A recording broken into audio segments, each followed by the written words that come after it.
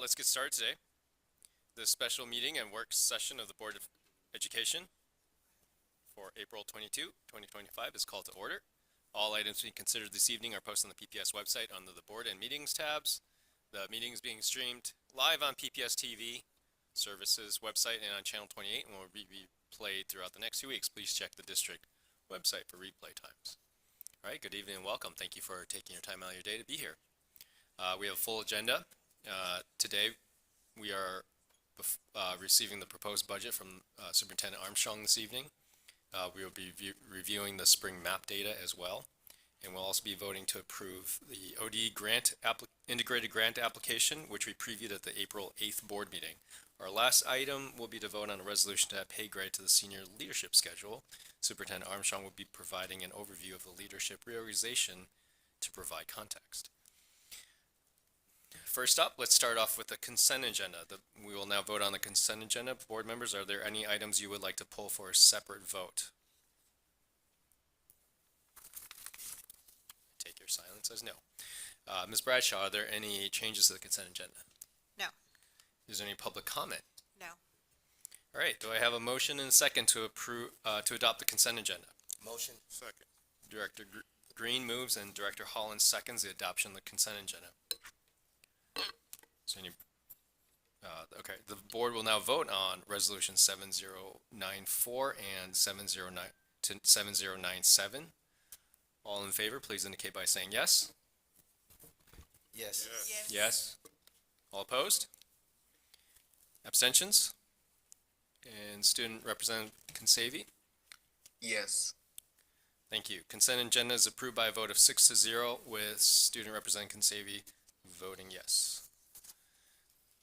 All right, next we have our spring data dive and an opportunity to review our MAP data. For those of you who don't know, MAP stands for Measure of Academic Progress. Superintendent Armstrong, can I hand it off to you? Yeah, absolutely. We're excited to bring you this, and we have our Chief of Equity and Accountability, our Chief Academic Officer, and our soon-to-be Chief of Schools before you, and they will present the information. Thank you.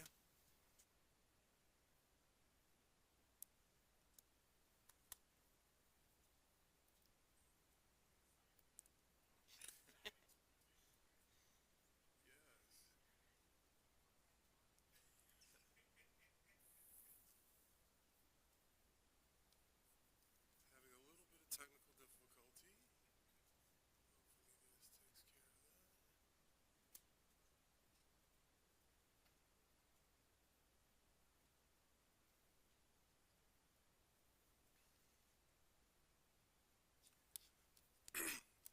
All right.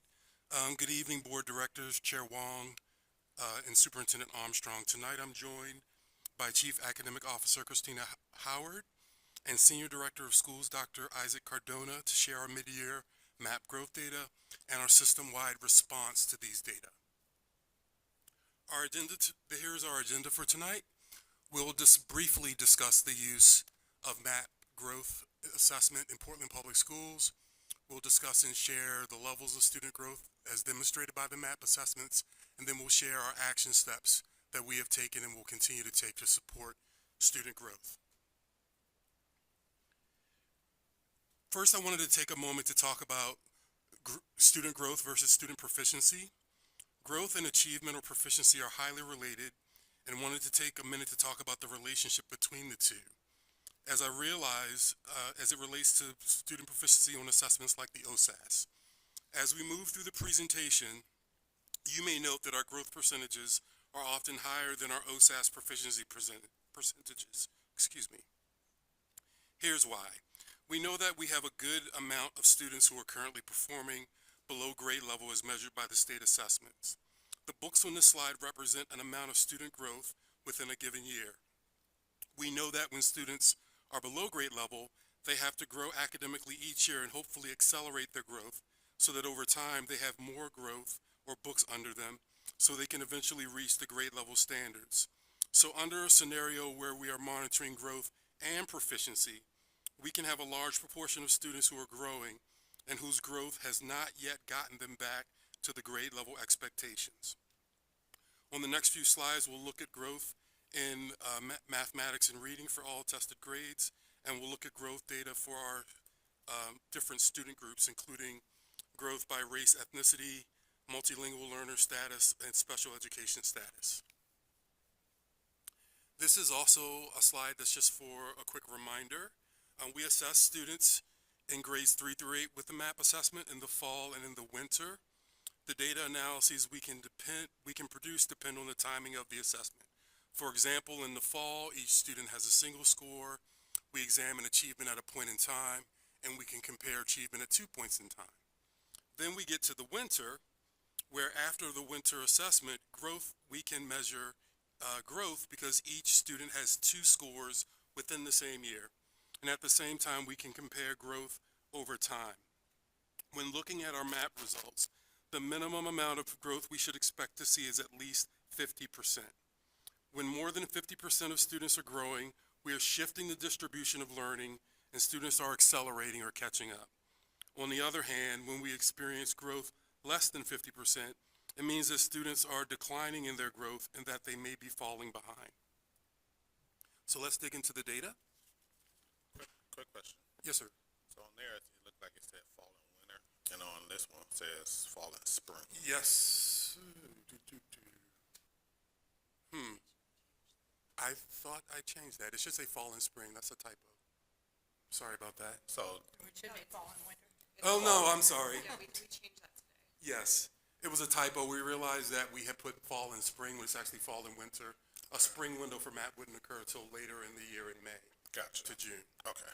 Apologies for that. Here are our overall growth percentages in reading and math.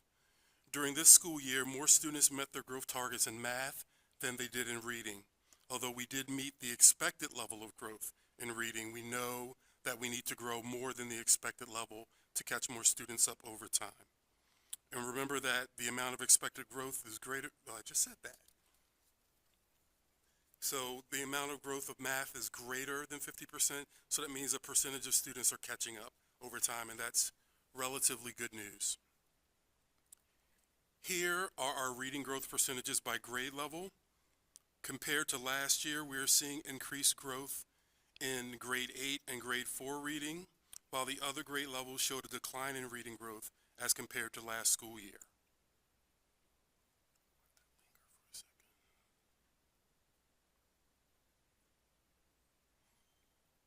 Next, we have our growth percentages by race, ethnicity, and special service status. You will note that the growth rates continue to vary along those predictable lines of race, ethnicity, ability, disability, and language proficiency.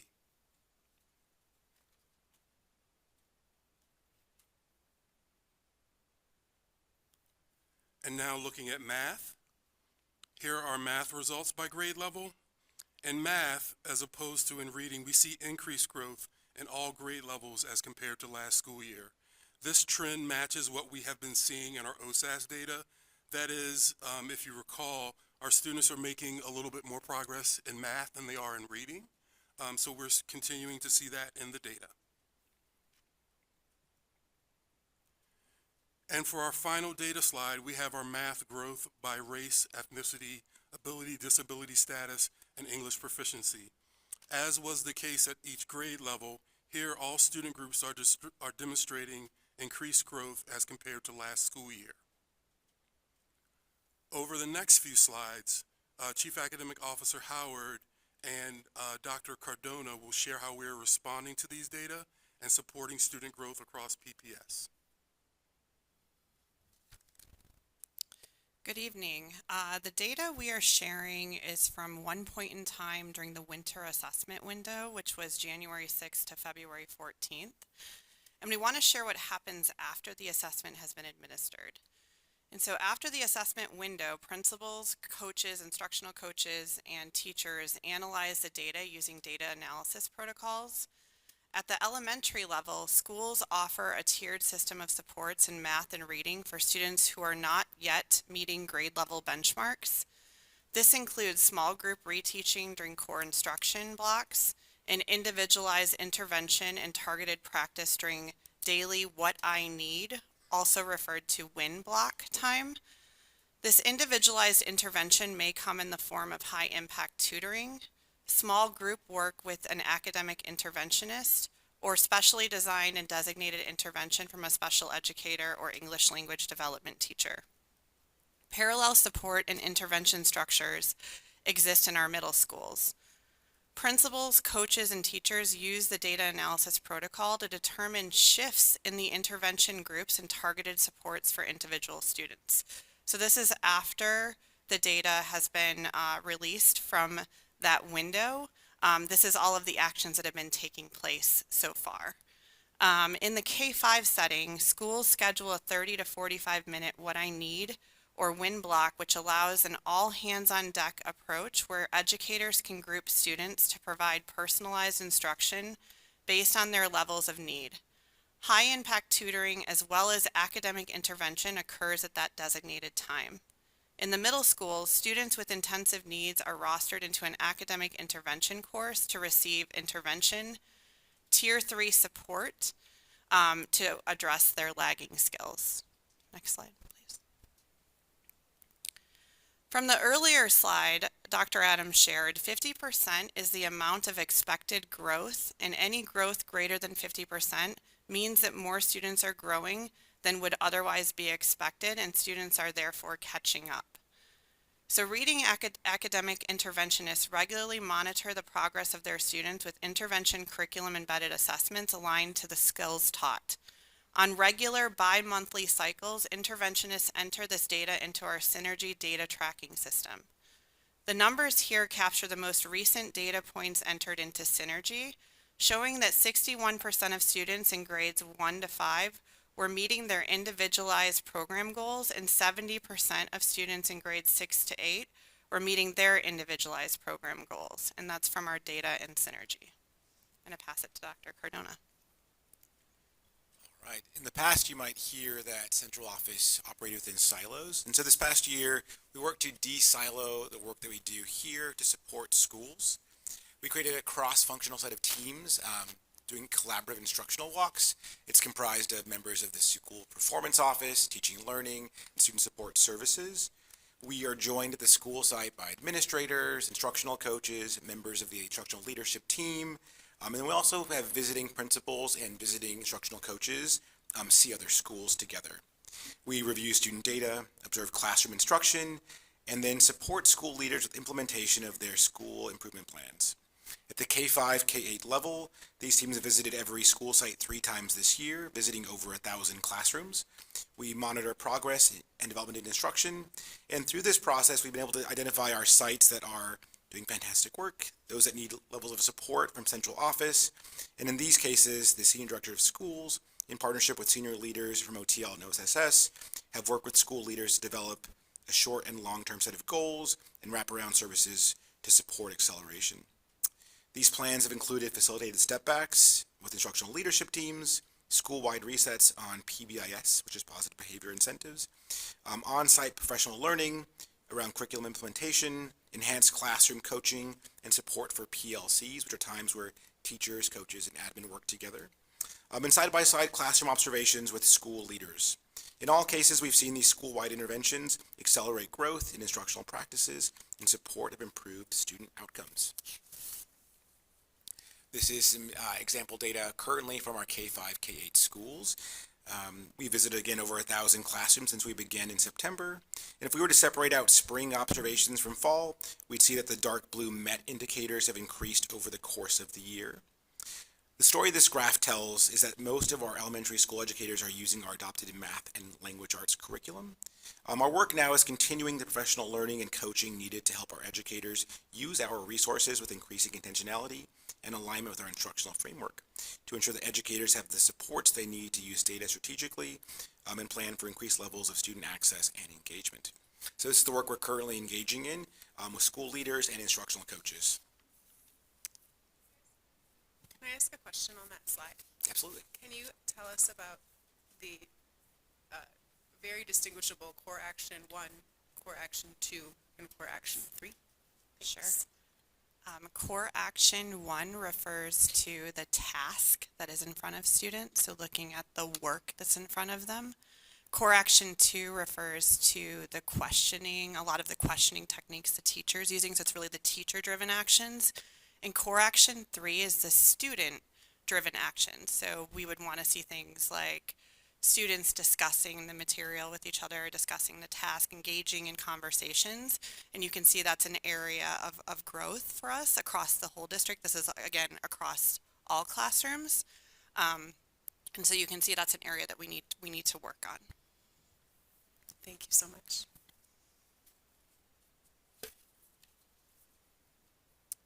We also prioritize administrators being in classrooms. This is an example of the frequency of informal observations of principals or school leaders within classrooms over the course of the year.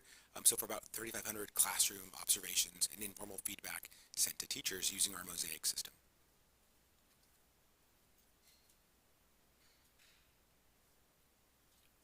And with that, we'll take any questions that board members may have. Go ahead, Director Green. Excellent, thank you.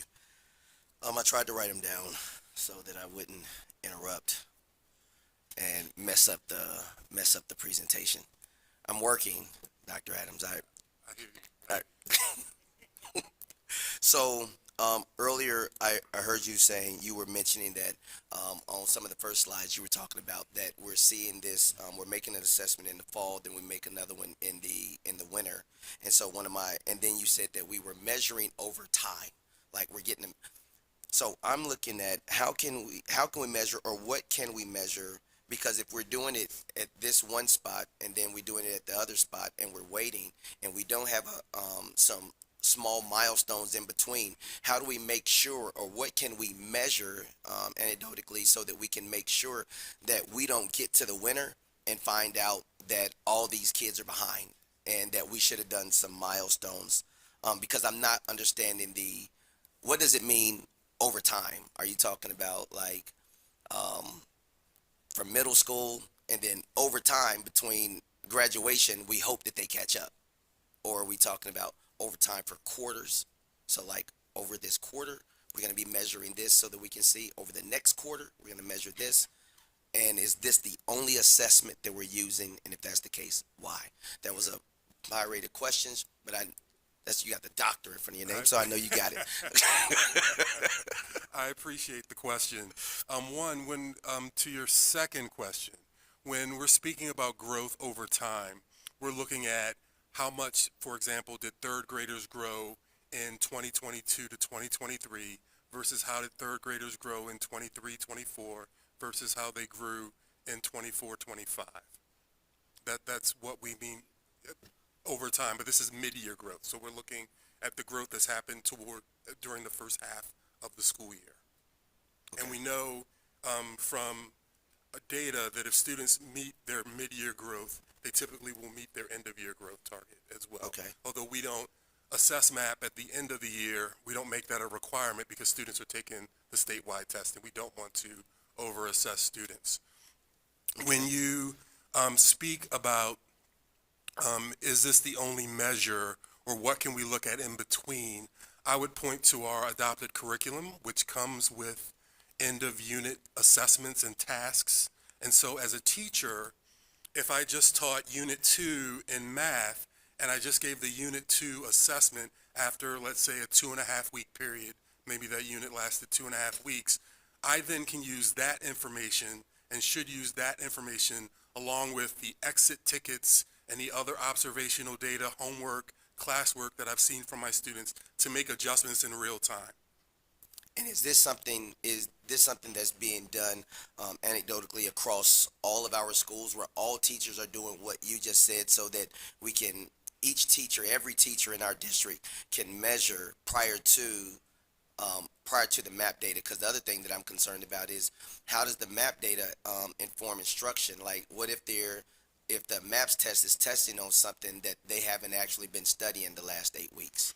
Sure, that's a great question. And what I would say is the assessment that should inform instruction is the assessment that's closest to instruction, which would be the curriculum-based assessments.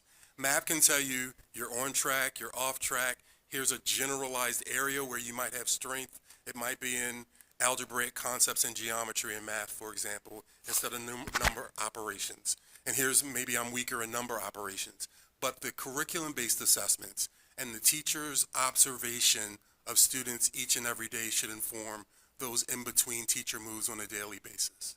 And I know Chief Howard will kick me if I say something wrong. No, it's fine. I think everybody should be kicking everybody if we're saying something wrong.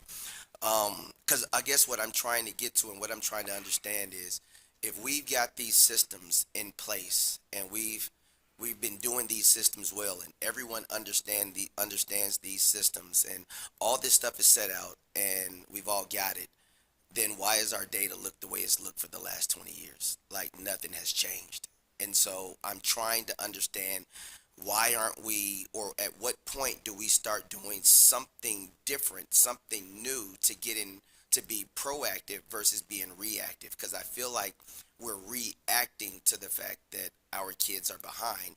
And I want to do these front assessments or these marks. We should be checking like once a quarter so that we can see exactly where they're at, sending stuff home so that everybody knows where we're at, instead of waiting to the end of the, if we're looking at May and saying, yeah, they're behind.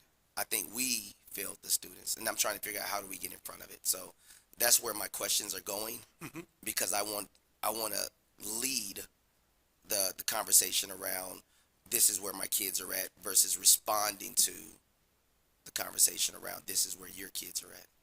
Sure, I'm going to go back to this slide for just a second. Okay. As you know, we have curricular adoptions that we've provided to teachers along with professional learning.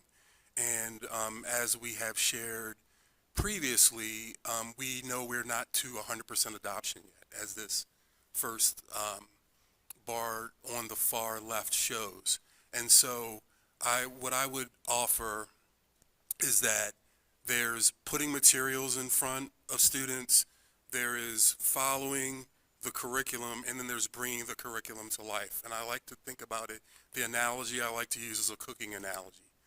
The first time I use a recipe, I've carefully measured everything. It's all around the kitchen. I'm looking at the recipe every 2-3 seconds to make sure I'm adding the right things in the right order.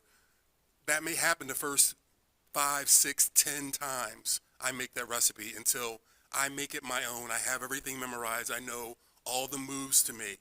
Curriculum adoption is the same, in my opinion, for educators, because it can potentially be a different recipe than the recipe they were used to using when they were making all of their own materials.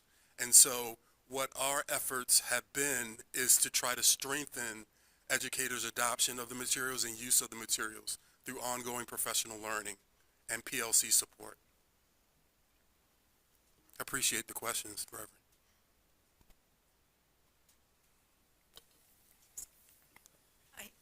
I have a question.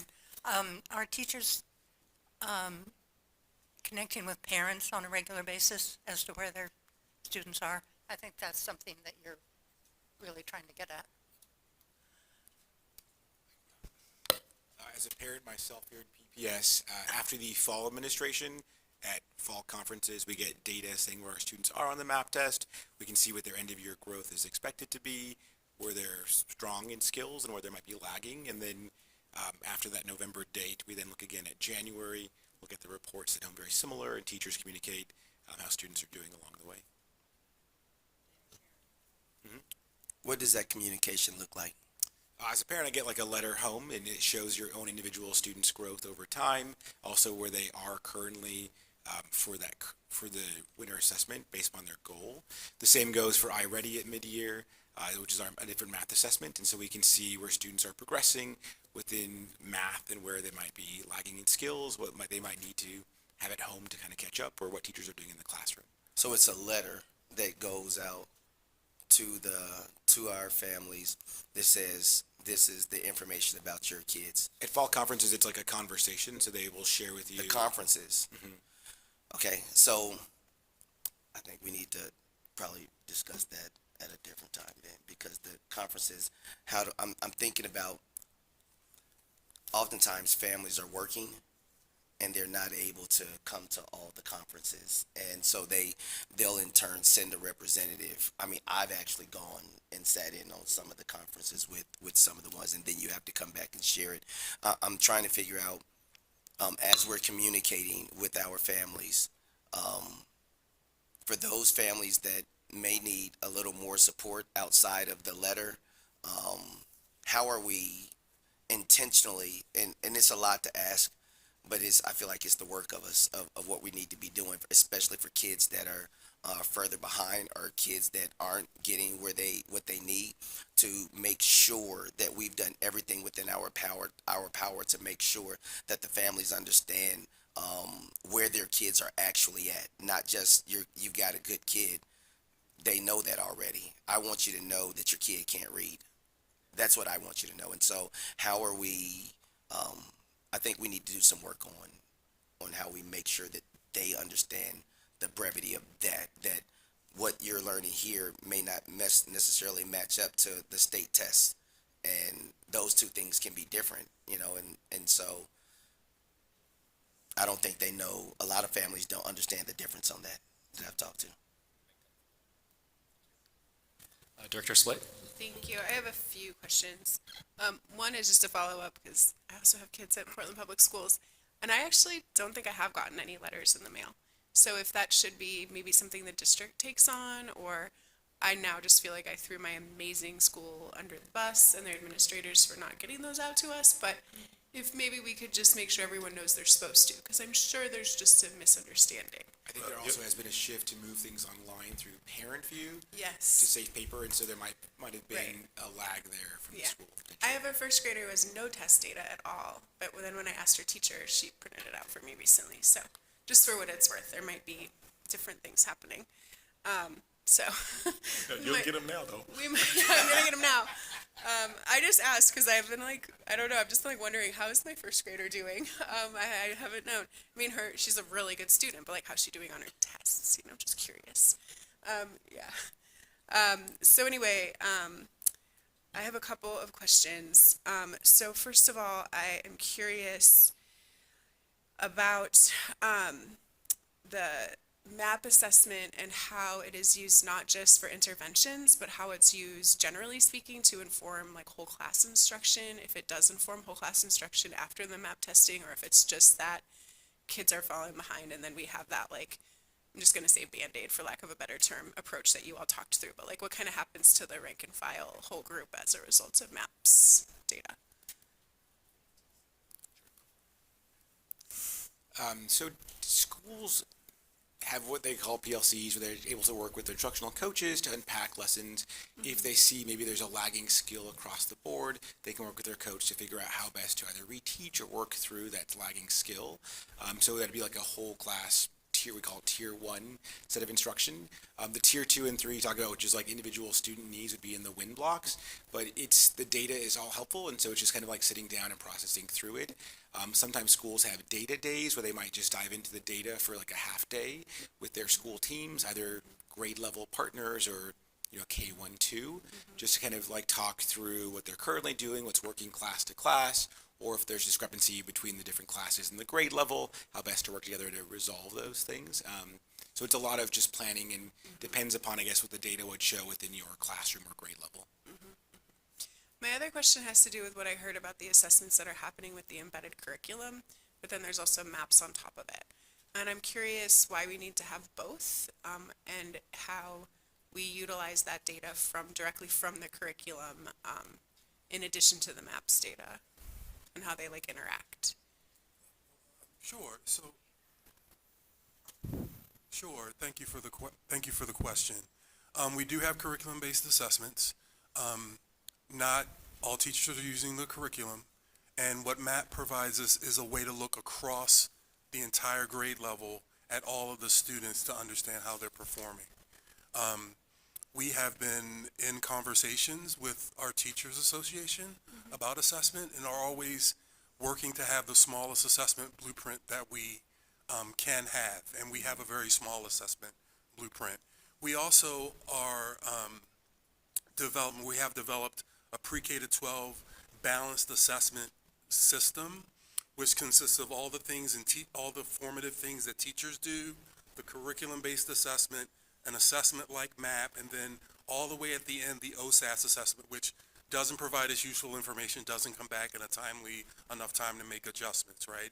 And so what we have been stressing is that we need to really focus our student learning analysis on all the teacher moves and on the curriculum-based assessments so that adjustments can be made to instruction in real time and in time for us to make changes for students to help them be successful.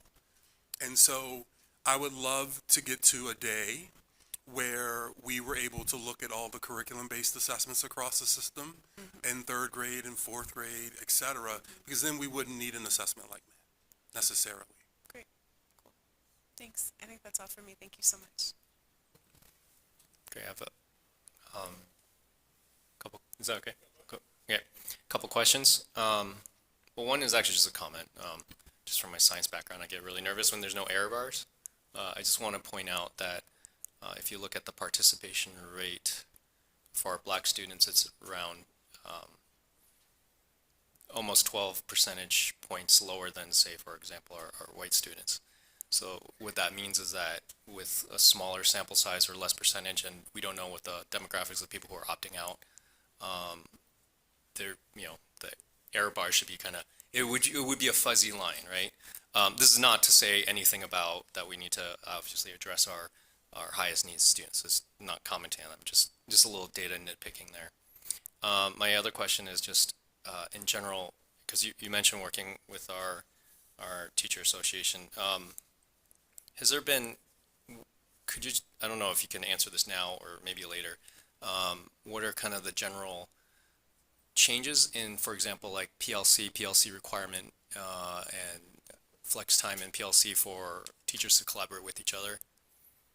It's one of the things that we hear a lot, and also anecdotally from personal experience, that the opportunity to work with each other, especially with teachers that are having success with our students, is really valuable. I'm just kind of curious, what are some of the changes that have happened in the last few years, and what are some potential changes coming down the line?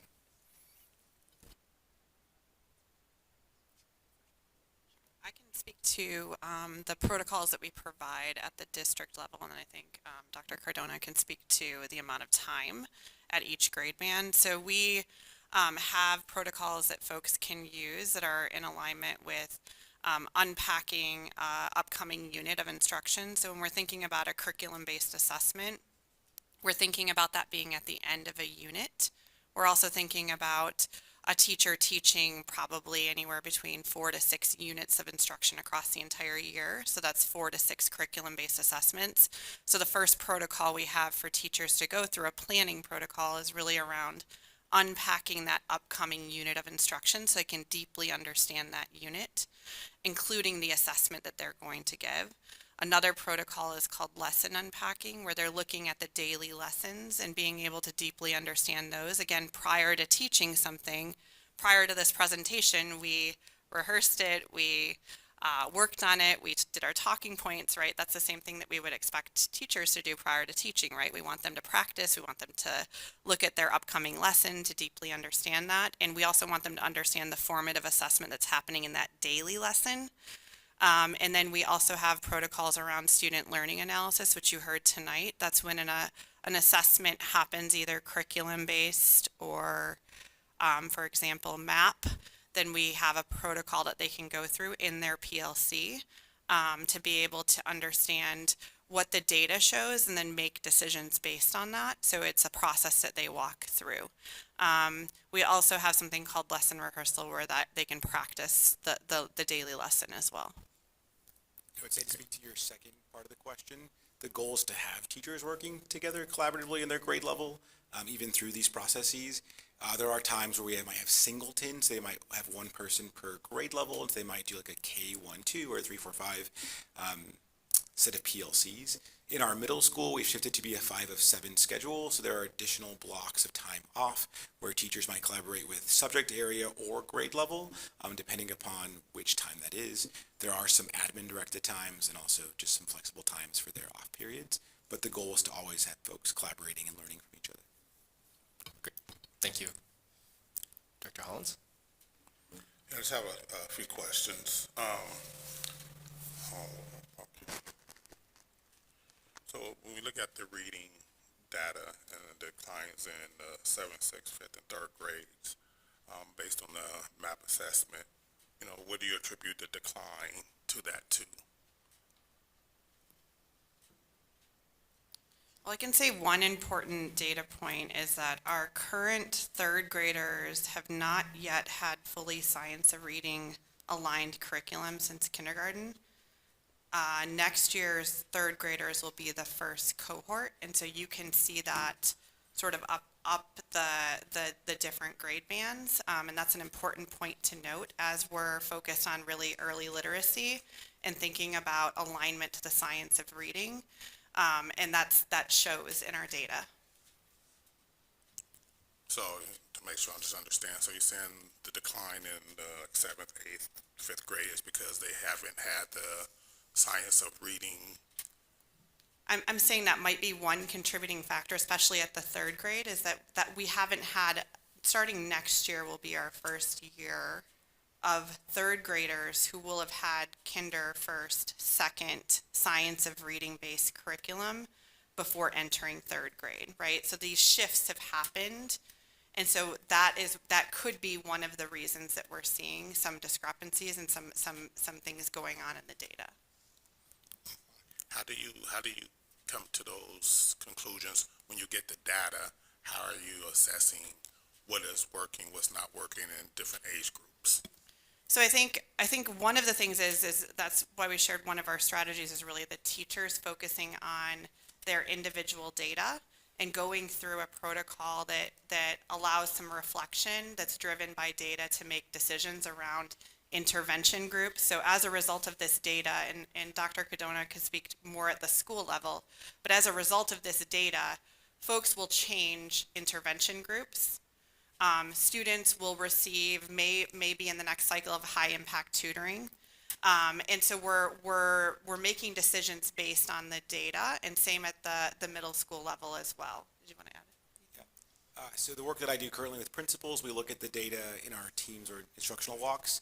And so we can see sometimes like strengths overall, like where the school stands, where each individual grade level stands. We can also see if there are maybe areas of low growth and go into those classrooms, maybe ask questions. There are times where it might be a new teacher to a new grade level for them. And so we've had people observing other classrooms, even other schools where something's going really strong, or partnering with OTL, which is our teaching and learning office, to go through and help support just the implementation of the curriculum if it's something that's newer. It's nice to be able to pinpoint even by teacher or grade level where maybe more support is needed if the growth isn't matching growth in the school. And if it's, there's a lack of growth overall in the school, trying to figure out what is causing that just by, again, observing, looking at data, asking questions, and then supporting the school. And it could be a wide range of things, and each kind of department that we work in here in central office can help support the school if there's an issue. And how do you, so when Dr. Adams had talked about not all teachers are teaching that curriculum, how do you still make those assessments if all our teachers is not teaching that curriculum? The bulk of teachers that I see are teaching the curriculum in schools. I think you was like 80% was that first slide. And so I support K-8s. And so in our K-5s and K-8s, I'm seeing curriculum implementation in different classrooms that I observe in. And if there's not, then we just try and figure out what the root of the cause is. And again, it could be familiarity or using things they've used previously and just kind of addressing those root causes of maybe why there's not implementation currently. Sometimes it's unfamiliarity or trying something new, and so we try and support teachers to go work through that. But maybe Dr. Adams could. Yeah, I was just going to add that you can see up here the core action 2 and 3, which is around the questioning. For core action 2, the teacher questioning as the teacher moves, and then the core action 3 is around the student discussion, student interaction, student deeply understanding the content. Those are areas of growth, which is why we are able to do these sorts of walks to figure out what are next steps. So for example, as if I walk into a school and I see this, then we discuss as with a school team consisting of the principal, the instructional coach, other members of that team, as well as a senior director of schools, what are next steps for the next 6 to 8 weeks that we're going to take as a school? What supports do you need? How do academics team and the schools team partner together to be able to support the school to grow in these areas? Because you can see up here that those two areas are areas that we need to grow in, and those are the teacher moves and the student moves to uplift. So when we're talking about implementing curriculum with integrity, meaning their students are mastering the content at high levels. Students are engaging in the content deeply through discussion, through questioning, through different pieces. We still have some room to grow. And that's what we're trying to work through with our instructional coaches. They're getting training based on the data. We have our school walks where we're creating those 6 to 8 week continuous improvement cycles and then monitoring those actions in a next walk. So each school is getting 2 to 3 walks with specific actions as a result of what we're seeing. When you do the walks, I mean, I've been on one of those. I know you don't go to every classroom. So do the principals tell you like who might need to be looked at, either for a really great job or needing help? One of our goals this year in my cohort is to see every single math and reading classroom, and so it was, figuring out when they teach at different blocks and then scheduling walks around those. And so it's not necessarily seeing one particular teacher; it's trying to see everyone and kind of understanding the school-wide implementation, where they are currently, and school-wide needs. And on the WIN blocks, I mean, I know there's a huge range of kids and abilities and needs. So when you're doing, what I've seen anyway, usually it's divided into 3 groups, and there's somebody helping each group. Do we really have the staff that can do that? I mean, how do teachers get people to support their WIN groups?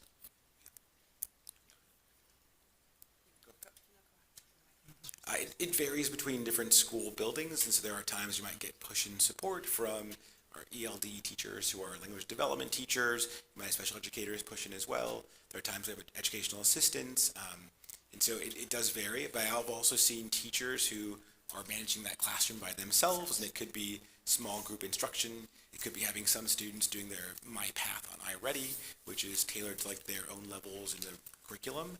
And so it's, again, varies by teacher and based upon either support or student needs. But yes, sometimes teachers do manage all of that alone and kind of figure out how best to do so. Kudos to them. Okay, the last question. So giving some of the gaps with MAPS and the alignment with curriculum with teachers, some teachers using it, some teachers not, would it be more beneficial to have a classroom assessment data versus the MAP data? Thank you for the question, Director Hollins. As I mentioned earlier, if we had a way to examine those data across the grade levels, I would love to be able to do that. And it's one of the things we're going to be trying to work towards is having more insight into the end of unit assessments in the curriculum, because those are the closest ones to what the educator and the teacher is doing each and every day. Well, I know we have a couple assessments, like, is it iReady? Like, don't those measure classroom data as well? So don't we have that data already? For iReady, we have that in K-5 math, but not in any other subject or grade level. Okay, go ahead, you was about to say something. I was just going to say that, yeah, we're in a lot of conversations right now on being able to figure out ways to aggregate the classroom-based assessments up to be able to look at it at a district level. And we're working with lots of different folks in groups to have those conversations. How far are we out from being able to get that done? Our hope is that we can do some version of that for next year. That's all the questions I have. Thank you. And appreciation as far as the improvement that we are making. So I want to make sure I put that out there as well. All right. Thank you, Doctors Adam, Howard, and Cordona. Doctors is plural. Yeah. Not medical, so don't get sick. Oh, sorry, mic is on. All right. Board members, as part of our legal requirement, we also serve as the budget committee. So I want you to know, right now, we are now convening, the board right now is convening as the budget committee. The purpose of this initial budget committee meeting is to receive the superintendent's budget message and receive the budget document. The budget committee will not discuss or entertain public testimony on the proposed budget at this time. Tonight is the first time the superintendent is presenting us with a budget, and to clarify, we are simply receiving the budget message tonight. I know we are anxiously awaiting tonight's presentation of a 2025-26 proposed budget. Board members, I want to remind you that tonight is our chance to hear from Superintendent Armstrong about her budget proposal, and this is for the upcoming year, and is the official kickoff of the budget process before the budget board adopts the budget in June. While tonight is our first full look at Dr. Armstrong's proposed budget, there are many opportunities both for the board, both for board discussion and for public comment on the 2025-26 budget. Next week, we are holding a public hearing on Tuesday, April 29th from 6 to 8 p.m. at Grant High School. On May 6th, at our next board meeting, we have an agenda item and time set aside for questions and discussions. May 19th, we will vote to approve the budget, and then final adoption of the budget is on June 10th. We also will have time on the agenda during the May 6th board meeting to ask questions before we are scheduled to approve the budget on May 19th. That is still 3 weeks from our final date to adopt the budget on June 10th. Doctor, I have a question about that. So are you saying that we're only having one meeting where we're having a discussion and questions? Or are we having a discussion and questions next week before the hearing? we have 2 meetings to discuss this. Which ones are they? May 6th and May 19th. The 19th is the one we're actually approving it. You're saying Yeah, that we on have the time meeting, before, we're having one meeting before we're actually approving it. yes. Today's budget proposal is informational. We are not making decisions on this tonight. I'll just say that for the record, it seems very inadequate for a $2 billion budget to have one meeting before we had the meeting that we're approving it. So I was under the impression that tonight we'd both receive the budget and also have an opportunity to ask questions or submit questions submitted, and also next week as well, versus just having us hearing about the budget, because otherwise, literally, we just have one meeting before we're approving the budget. Thank you. Noted. You also are welcome to send in questions, email them in to Ms. Powell and I also think our Superintendent community Armstrong. deserves more than just us submitting questions and having that done offline. All right. Superintendent, would you like to get started? Absolutely. Thank you, Chair Wong, members of the board. I want to start off by saying my budget statement. And my budget statement has not changed. Since January, I've been really clear with all those who have a vested interest in Portland. Our financial reality is serious, and we must act with intention. We are in an alarming state, but even more than that, we are at an alignment moment. Alignment with our values, our goals, and our responsibility to every student who walks through our doors. The 2025-26 budget sets our direction. So I return to Portland Public Schools knowing the stakes in our city it's high. And we are in our 3rd straight year of a significant structural deficit, where costs to run our schools exceed the revenue we receive. That gap is real and growing, and we have been responding to this challenge since January. We're responding with a clear plan, a people-centered, data-driven, equity-rooted plan. The proposed budget protects the student experience and student achievement as our North Star.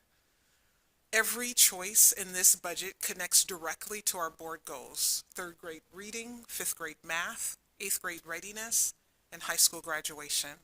It also fully aligns with our strategic plan, Forward Together, which prioritizes racial equity and social justice, inclusive and differentiated learning, professional excellence and support, and embracing change. Among our budget decisions were reductions, restructurings, and realignments. I want to be clear in the fact that we have laid off amazing people. If I could hold on to the brilliance, talent, and skill of employees that invested their time and talent with us, I absolutely would. So, what the numbers reveal: our total proposed budget, $2.04 billion, and that reflects the full cost of running our schools, every classroom, every cafeteria, and every counselor. That's a 15% decrease from last year, and that's significant. Our general fund is $868 million. This is the core of our operating budget. We kept about just over $1 billion flowing to our schools and programs, and that was intentional. Our capital projects fund is $643 million. These dollars support our ongoing construction, repairs, and modernization project. Our debt service is $272 million. We're investing $545 million directly into instruction. Support services are at $451 million. And these are functions that keep schools running, like transportation, counseling, and safety. Facilities construction total $639 million. So our enrollment trends, we've seen a 10.8% enrollment drop since 2019-2020 school year. This is one of our biggest financial challenges, and it's happening not only in our city, but in the state and across the nation. Our weighted enrollment is 52,324 students. That's what drives our state funding and accounts for students with higher needs. Despite the decline, 98.7% of our elementary classrooms are within target size. Our classroom sizes remain strong, averaging 23 to 24 students.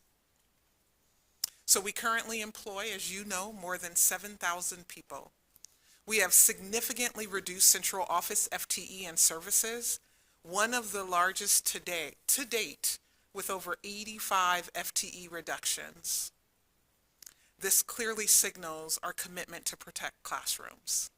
Every employee group saw compensation increases this biennium, and we respect and value our workforce. Our people are our greatest asset. Now, I want you to hear me clear on this. Without new revenue, we're preparing for another round of reductions in the 26-27 school year that is estimated to be at least $30 million. There are no quick fixes in this work. Rebuilding trust, reconnecting relationships, and ensuring that families feel welcome are all part of the process. So this summer, we're launching a comprehensive enrollment campaign. Our Chief of Communications is spearheading a data-driven marketing and communications enrollment campaign. We're expanding our reach through a few key strategies. We're partnering with the City of Portland to lift our schools up, engage our principals, and remind people why Portland Public School matters, why public education matters, and why now is the time to stay or come back. The 25-26 proposed budget is built with the assumption of continued funding through a renewed $1.83 billion capital bond, which is scheduled for the May 2025 ballot. This assumption allows the district to plan for facility needs while renewing the current tax rate. If voters decide to approve the bond, funding would support key priorities: modernization of Jefferson, Ida B. Wells, and Cleveland High School, improvements to safety, technology, infrastructure, and ADA accessibility, upgrade to curriculum, arts, and athletics. It would allow us to address some of those priority projects that are significantly impacting our schools in poor or failing condition. So we've done everything in our power to stretch the dollars we have. We've testified before legislators, we've mobilized community voices, we've aligned every eligible dollar to strategic outcomes, including $63 million in integrated grant funds. Our message is simple. Our students deserve more. Oregon cannot afford to underfund its future. So what's ahead is you'll hear through this presentation, our state appropriation, general fund, beginning balance. You'll hear funds connected to our projected property tax revenue. Just want you to know that we're doing our part to address the deficit next year. But sustainability demands more than grit. It demands partnership and long-term change. So finally, I just want to say that we've sacrificed deeply and strategically. We've protected programs and services as best we could, and we're not done. We recognize that there's more work ahead, and we commit to moving forward with clarity, with courage, and with community.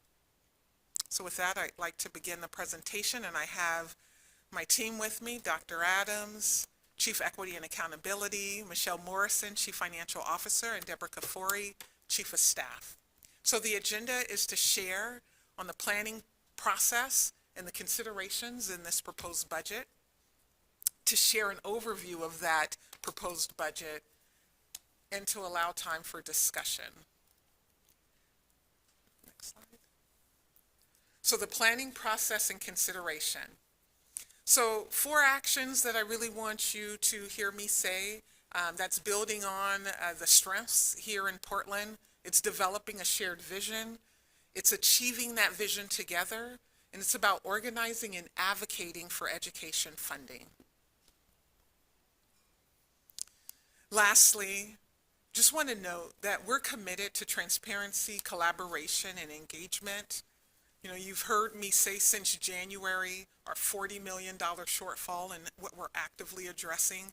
There were 4 key strategies that we leaned into: communicate early and often, promote flexibility and stability, center student outcomes, and foster fiscal sustainability.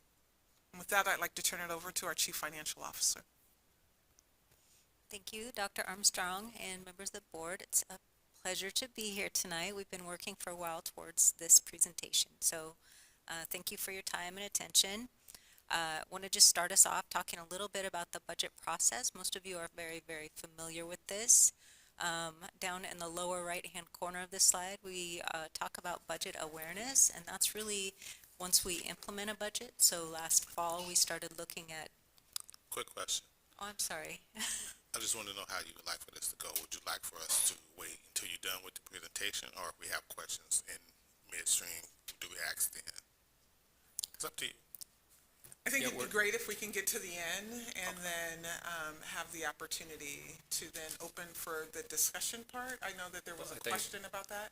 Yeah, so after the presentation, we can talk about the process is outlined. I also misspoke.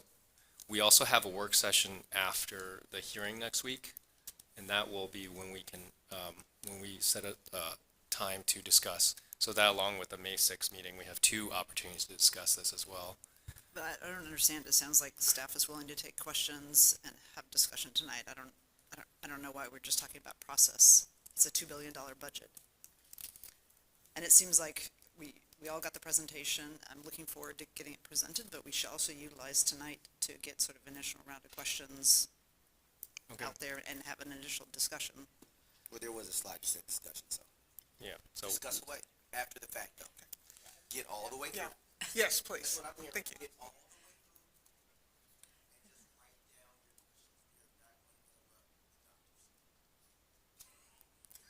Nor the non-doctors. Or the non-doctor. Thank you.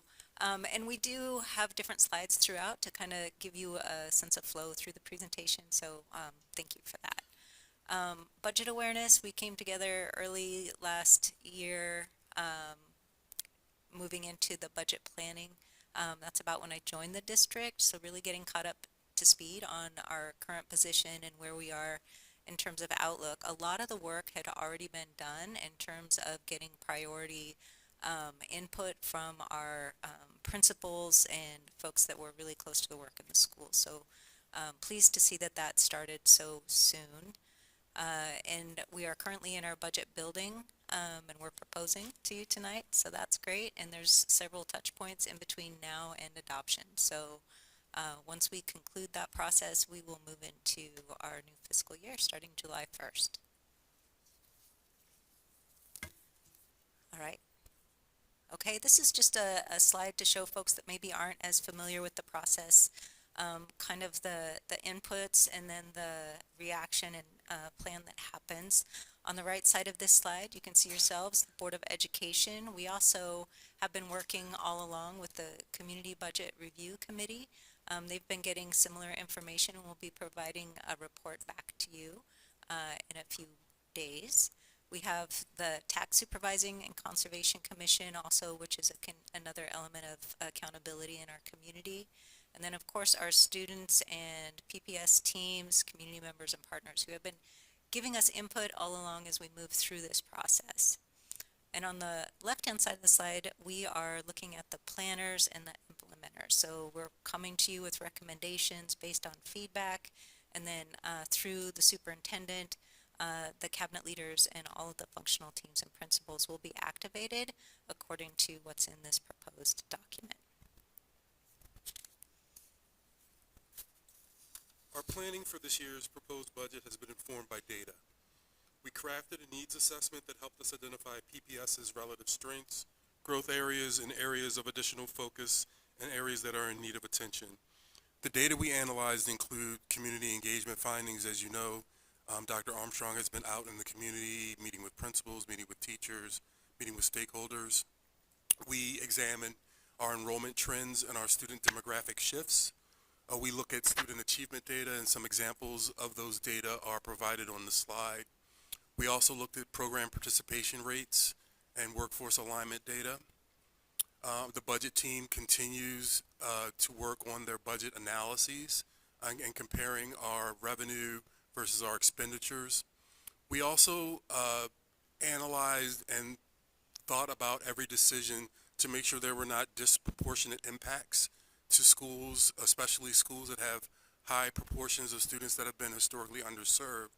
And we also looked at the results of our successful school survey, which measures school climate and culture. PPS prioritizes investments based on identified needs, centering on enhancing inclusive and joyful learning experiences that ensure that all students, especially our focal students, have access to the resources and supports they need to demonstrate excellence. These priorities align with our needs assessment and community feedback. They emphasize early literacy achievement. We want to strengthen pre-K to 3 reading and writing instruction through high quality, standards-aligned materials, target interventions, and professional learning for educators to support literacy development.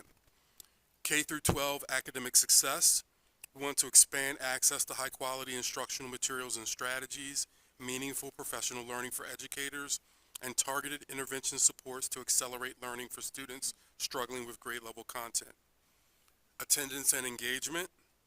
We want to increase attendance rates by fostering a sense of belonging and improving school climate. Graduation and post-secondary readiness. We want to strengthen instruction, equitable grading practices, career-related programming that emphasizes real-world, hands-on learning, and providing and continuing to provide credit recovery options. Safe and supportive schools. We want to expand access to behavioral, mental health, and wellness supports while implementing policies and practices to ensure a school environment free of discrimination, harassment, bullying, and retaliation. And finally, a culture of racial equity and care. We want to cultivate racial equity and care through meaningful engagement with students, families, and community leaders, and implement culturally responsive strategies across schools and departments. This plan is a critical component of our district's broader strategic efforts, which are aligned with the PPS board goals.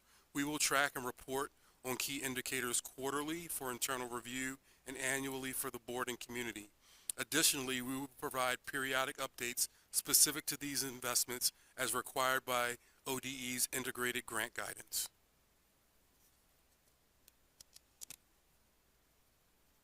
All right, thank you, Dr. Adams. I'm going to move into a couple slides that may look quite familiar to folks who have been along this process. So this is one that we introduced early on as we discussed the rising costs, and everyone is familiar with the inflation that's happening in our local economies, and that impacts our schools as well.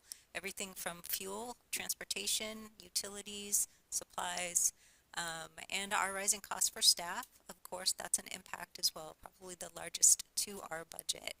And our student needs continue. We have to rise and meet those needs, and sometimes that takes additional resources. We do have limited revenue. Our state dollars continue to fall short of the cost to operate schools, and we have less special revenue, especially as we're coming off some of the pandemic relief funds. And our declining enrollment, of course, that drives a lot of our funding. So our general fund, First State School Fund, we have our major state grants, including the Student Investment Account and Measure 98, also known as High School Success, And as our declines are happening faster than the rate of the state, those funds are being redistributed across the state. So this slide was shared back in January of 2024. So not this January, but the prior January. And that's just, I think, a sneak peek at what was coming as we started this 3-year, even beyond 3-year reduction approach to this budget. We have just continued to decline and decline and decline as our expenditures outpace our revenues. And so what we're discovering is that we are in a structural deficiency for our budget, and that we need some major course correction in order to right size our operations. Just wanted to bring this back to the top for you guys. As CFO Morrison mentioned, our enrollment continues to decline. We continue to see the largest decline at the elementary level, specifically in kindergarten and first grade, and that bubble of students is moving up through the school system as they matriculate from grade to grade. This enrollment decline is projected to continue into next school year, and at the same time, we continue to serve large numbers of historically underserved students, and by that, I mean our Black students, our Native students, our Latinx students, our students with disabilities, and our students for whom English is not their first language, or as we like to call them, our multilingual learners. This slide shows the enrollment decline comparison between PPS and the state of Oregon. As you can see, since the 2019-2020 school year, PPS's enrollment decline is almost 11% at 10.8%, while the state's enrollment decline is 6.5%. When enrollment declines are not proportional, as Chief Morrison mentioned, our funding could be impacted. We are currently focused on an enrollment campaign being developed under the leadership of Chief Communications Officer Gross. Principals will play a key role in emphasizing and helping us restore PPS as a district of choice. Okay, this is my graph. So we're going to talk about the proposed budget, and this is a comparison of our current year budget compared to what we're projecting for next year. I think one of the key pieces to this slide is to recognize that our current year budget was set at this time prior to the year starting, and so some of the adjustments we've made across the course of the year, those are what our impacts are being measured against as we move forward to 2025-26. And you may notice that as you're moving through our proposed budget document.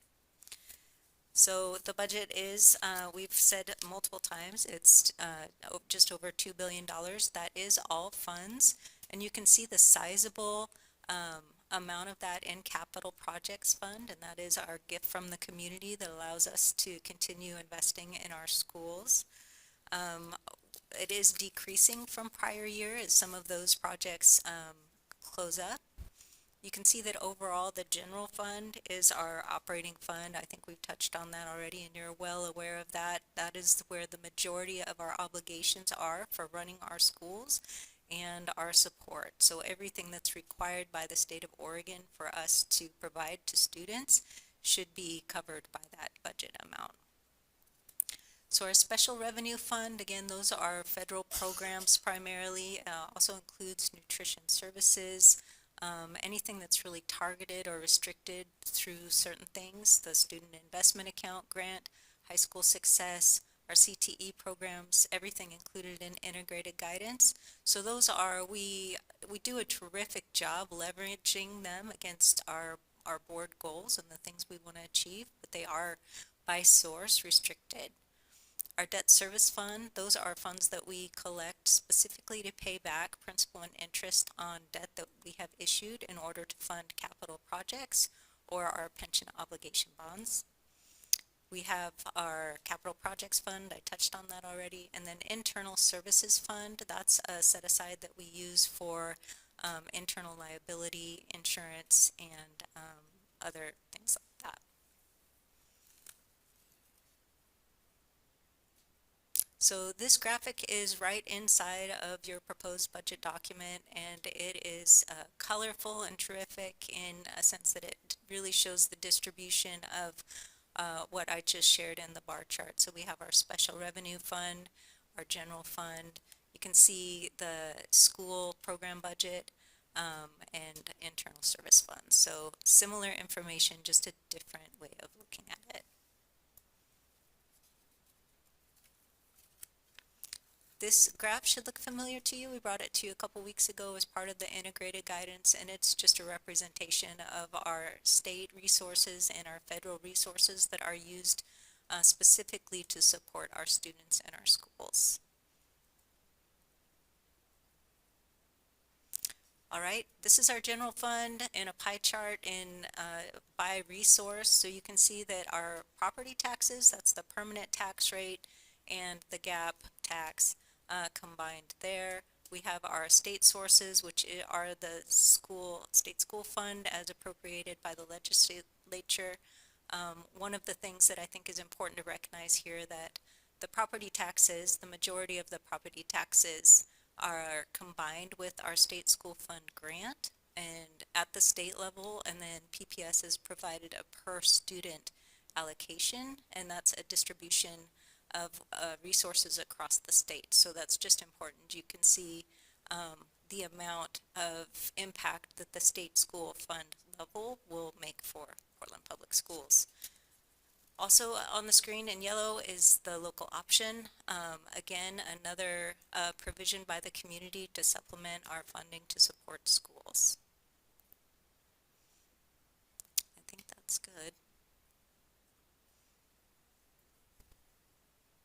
Okay, moving on to the expenditure side of the pie, we have you can see this is by function. And as you move through the proposed budget document, you will see that the expenditures are broken out by function, which is by major category, and also by object, which is salaries, benefits, supplies, services. So you'll see the definitions of those represented in your proposed budget document. On the slide, we can see the majority of our expenditures are direct instruction. The support services here, though, they also represent direct interactions with students, including counseling services and custodial staff, maintenance. All of those folks that directly serve our schools are wrapped up in the support services. So you can see the smaller slices of the pie are things that we do to support enterprise and community service and our contingency, which is where our fund balance will live at the end of the year. All right, so moving on a little bit about the 2025 bond, because as you move through the capital projects area of the document, you're going to see that there are some funds budgeted for projects in the event that the bond passes, and we'll be able to begin those right away because we're assuming the appropriation is happening. Conversely, if the bond does not pass, then we will not spend to that appropriation level because we will not have those resources available. The monitoring of the budget throughout the year is something that department staff and the finance team take very seriously. The bond is up here for update and repair schools. You probably have this memorized, board, to improve safety and security, modernize high schools, and improve technology, educational materials, and update our athletics and performing arts facilities. And as I had mentioned, our cash flow is included in this proposed budget. All right, this is a slide about bridging the gap. So as we have moved through multiple years of targeted reductions, we have taken on a couple of risks as we've balanced this budget and felt fair to disclose that. We are maintaining a minimal general fund reserve, so the policy is between 5 and up to 10% ideally, and we are targeting 5% in this proposed budget.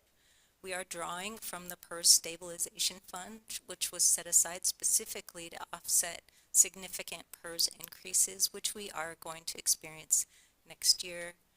We have implemented spending restrictions and are monitoring our spending more closely, and that will include renegotiating current contracts.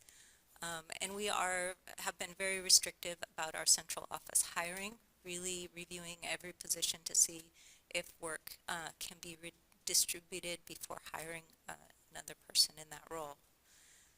And again, to shield schools from the impacts of these reductions, we are willing to take these risks at this time, but I want to let you guys know that the budget is a plan, and there's a lot of kind of large variables out there still today. And if our situation changes, the plan would also change, and we would be bringing that back to you as well.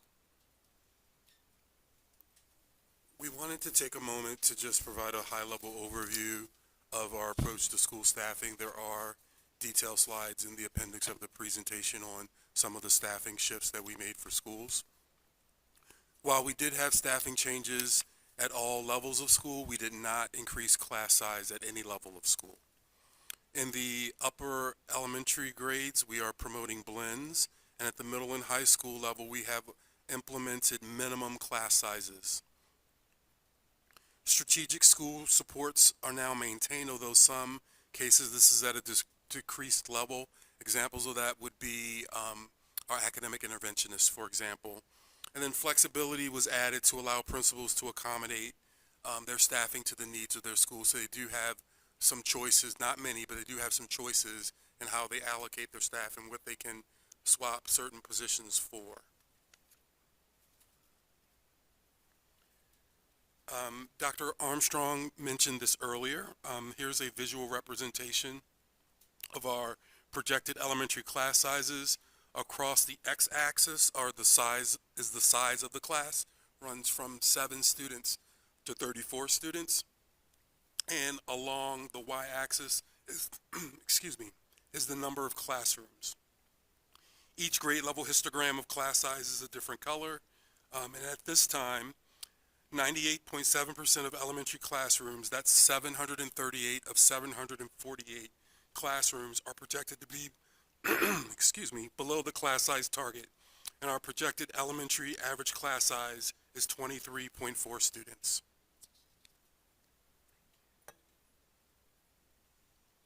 I'm going to speak here a little bit about our central office reductions. We are in the mode of prioritizing, streamlining, and system-wide accountability. So I shared with you a little bit earlier that we have been, as our staff change, as the attrition occurs, we've really been evaluating positions, any position that's not directly student-facing, in order to determine whether or not that position needs to be filled. We have central office personnel and non-personnel budgets. So again, those will be services and supplies and travel in order to tighten up and focus more of our resources towards schools. Our personnel reductions impact multiple employee groups and functions within the district, and so you're going to see probably some modification of information that comes out to you based on the staff that are available to bring it to you. We have a leadership restructure that we will be talking more about, I think, in the future. We are anticipating improved efficiency and cost savings. And again, our non-personnel reductions are focused in our contract services, professional development, and travel. So this slide shows an iteration, earlier iterations of our reductions and the proportionality of central office versus schools and specialized programs. I think one of the things to note here, and we didn't represent it graphically, but central office as a percentage of our budget is much smaller than the school and program-wide budget. So just note that these impacts are extremely significant. Our initial recommendation had 30% of our target from the central office, and the 70% was from the schools. And we did several listening sessions and collected lots of feedback and decided that we would be able to shift more central office reductions and fewer impacts to schools with our total target of $40 million. So this is the most recent iteration of this slide. Again, because our budget is a guide and it's continuing to move and evolve, we're starting to think more about the future and the impact to our 26-27 year. I know that Dr. Armstrong already mentioned that we are estimating a minimum impact of $32 million in the second year of the biennium based on the information we know today. Can you say that one more time? What was that number again? A minimum of $32 million. And so with that in mind, as we're moving through the reductions that were recently announced, we identified some additional positions at the central office, and it increased our reduction for 25-26 to 43 million in an effort to increase that fund balance beginning for the following year, kind of smoothing out some of those impacts. And so I think that you should expect to see us continue to work towards a smoothing so that we can kind of stabilize the system a little bit instead of having major swaths of reductions. This is a rather busy slide, but I wanted to bring it to you to illustrate our what would happen if we didn't take action as a district. We've had multiple school finance officials look at this with me, and we have determined that if no action is taken, we're going to continue on that trajectory of outspending our resources significantly. And so I know as we move towards adoption of this budget and even navigate the following year, we're going to have to keep this in mind. In order to maintain that 5% fund balance, we're going to have to make some significant system changes.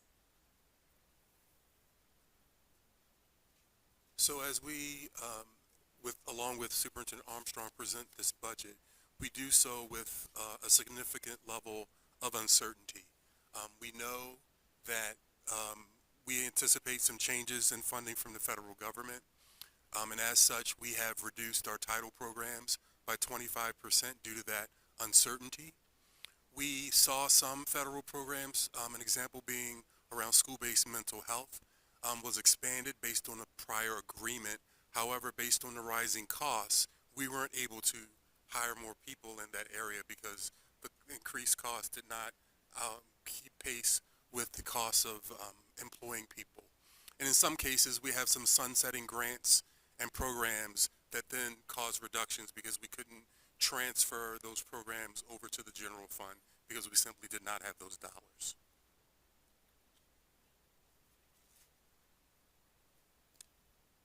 Thank you. This was information that Chair Wong shared earlier in terms of our next steps and opportunities to share information about our 25-26 budget coming up. So you can see that we move towards adoption on June 10th, which is the same day as the TSCC hearing.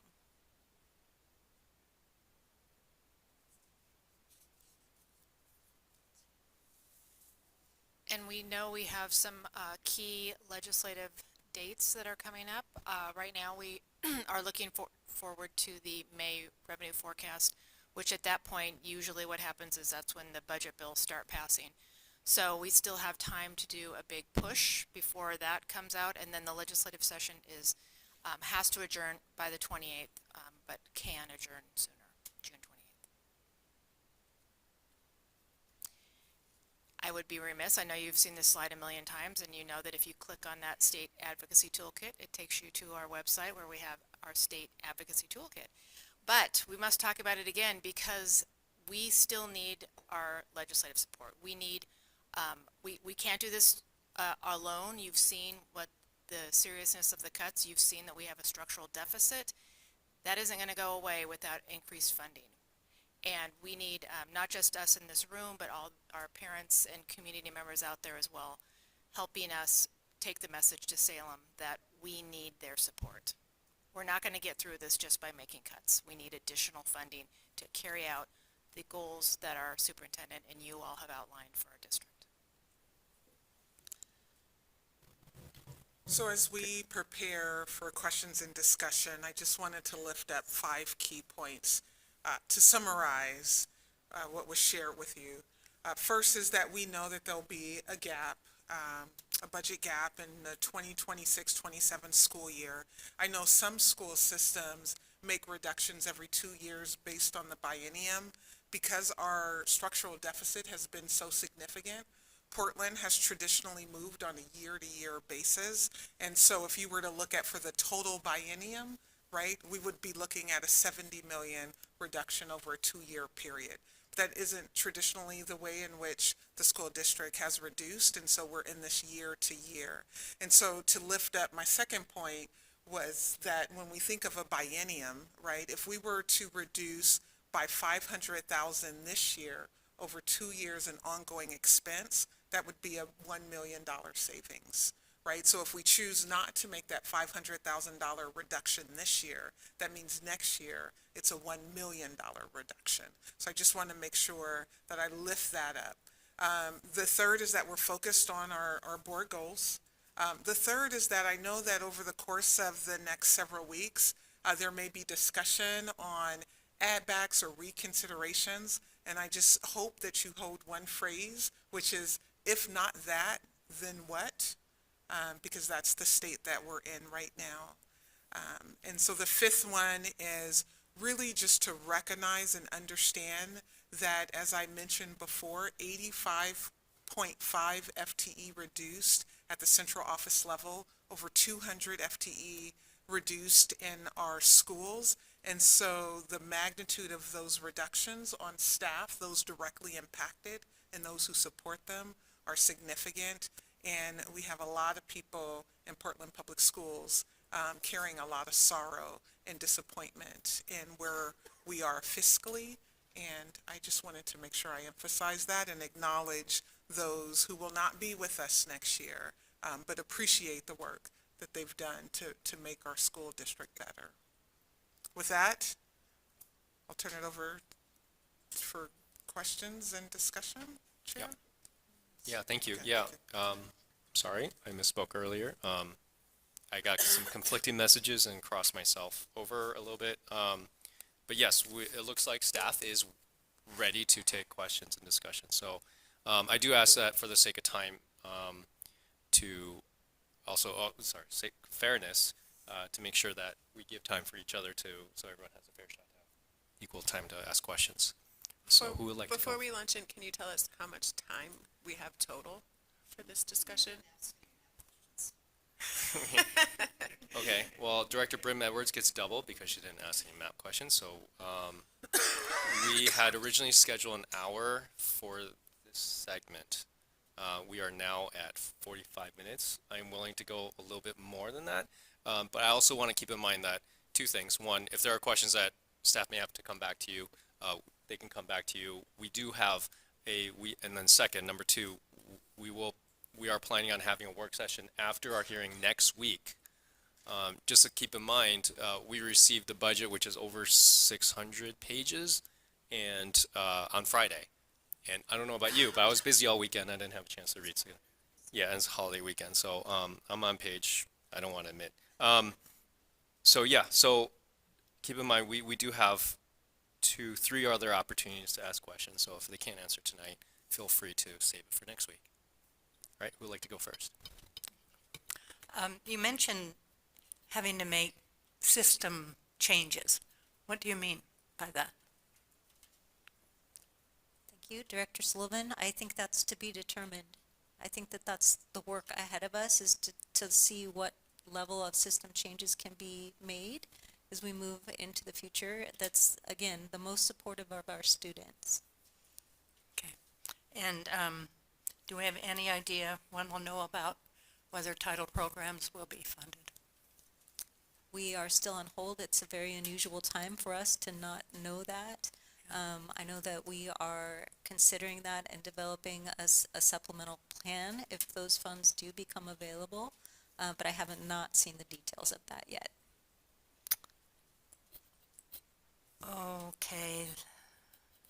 That's my main two, so Thank you. Oh, gosh, I got a whole lot of stuff to say.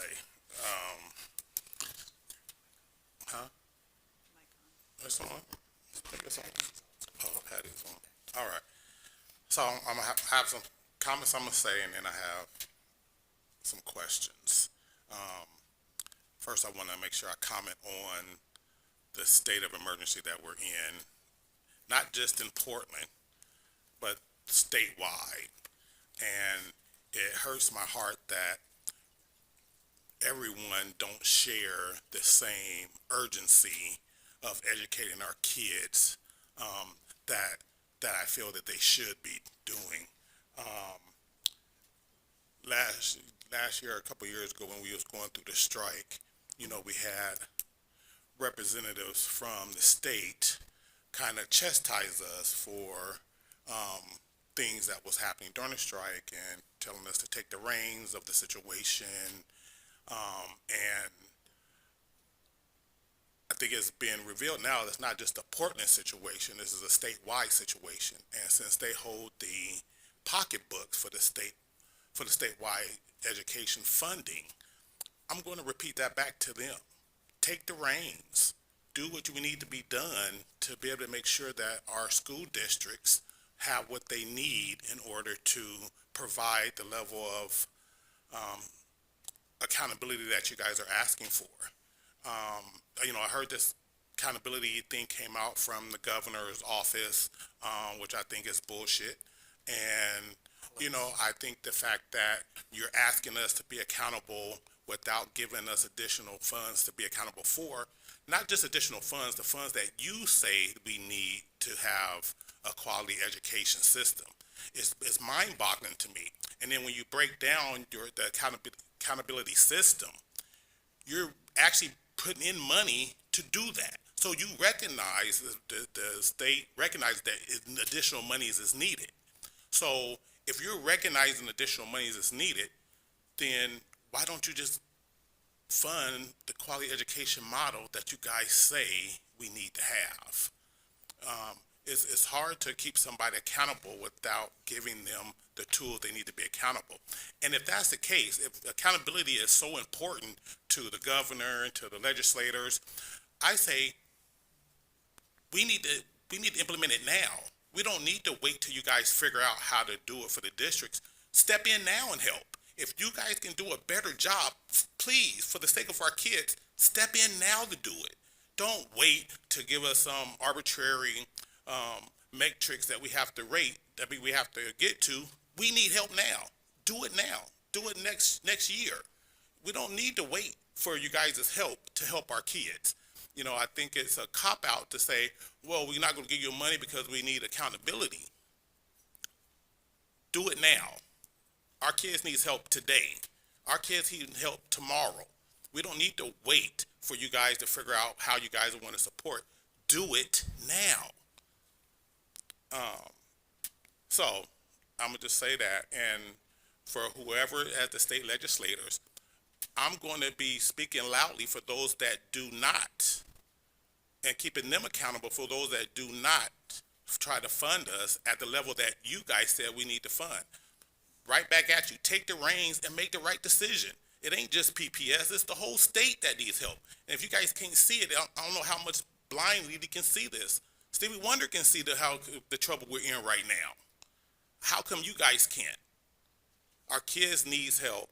Our kids need you guys to do your jobs and to figure out how to support our kids. Now, I'm going to say that. I have a lot of questions. I will probably just send those questions in because I'm sure I'm going to have a lot more. Thank you. Thank you.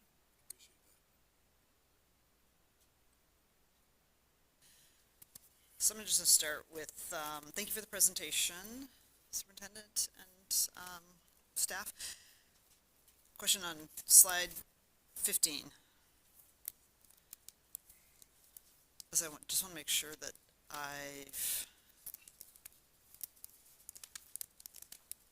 it's the,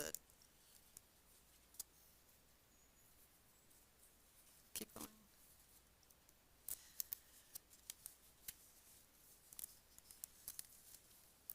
That's not the slide 15 I have. No, she just passed it. It's the one, that one. It's, yeah, this one. So when I look at this, it's an all funds snapshot. But look at the operating dollars, it's actually, we're flat funded this year. Am I reading that correctly? So between the general fund and the special revenue fund, it's flat funded essentially. Yes. So about $1.2 billion, or just over $1 billion from that. And so the 15% decrease is in the capital budget. Correct. That's, I think, all funds altogether. Right, 15% all funds going down, but it's because of the 38% decrease in the capital project budget. Which, the way bonds work is, we issue them and then we spend them down. It's not a evergreen thing, unless the voters pass it, right? So I'm gonna start there, and I'm gonna be in a little bit different place than my good friend to my left. Because I think we need to be thoughtful about how we present this, because when I look at this initially, it was like, oh my God, 15 to 38% decrease. But that's in our capital budget, and that's intended to go down over time. And our operating budget, which funds like the day-to-day work of our schools, is really flat, essentially flat funded. And we've had a decline in enrollment. So if we're flat funded, it's, and a decline, the per capita,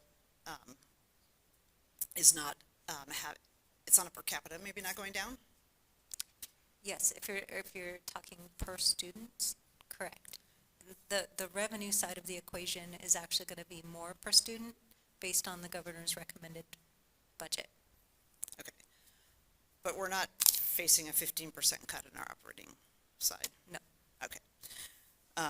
And because we have less students, it's actually, even though it's flat, it's actually more money over fewer, same amount of money, but fewer students. Yeah, in fact, I think Okay. it's slightly more. At risk of totally alienating you, but I actually think I have something that'll be helpful in comparison to this.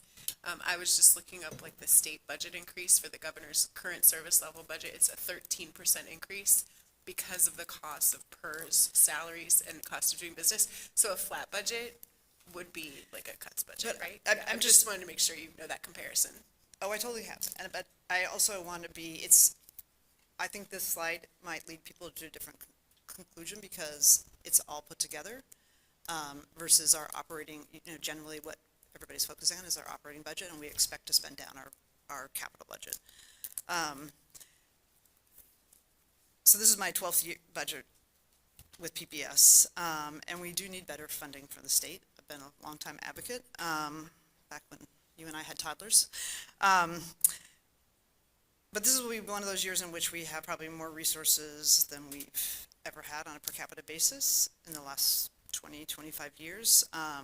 So just adding some context is that we had $1 billion or more a year added to schools from the Student Success Act in 2019. We have $100 million a year from our local option. We have ballot measure 98 or the High School Success Act. We're going to be voting on those grants later on tonight. Money we didn't have, say, 10 years ago. We have a construction excise tax, the art tax, and we also have the huge gift from our taxpayers, $1.2 billion in capital bonds, which allows us to pay for technology, textbooks, curriculum, things that we used to pay for out of our operating dollars. So I just want to be clear, we can use better funding, but we also have funding that we need to use wisely, and I think pay attention to like how do we work on the structural so that we don't have a structural debt, because having stability is really important for our schools and our community. And again, I think it's important just to keep that in context. So yes, costs are going up, and we've also had some pretty significant increases. I am going to want to better understand, there's a slide that has the central office cuts that is it the 26? No. The slide that talks about the contracts and the professional development. I'd like to have specifically what it is we're cutting and what fund it's coming out of. So it's a fair amount of resources, but over the past 10 years, there's been an increase in the amount of contracting that's been done. So I'd like to see what contracts are being proposed to be eliminated, and also what professional development. What was the third? There was a third category. travel, and the dollar amounts for each of those. Just to get a better sense,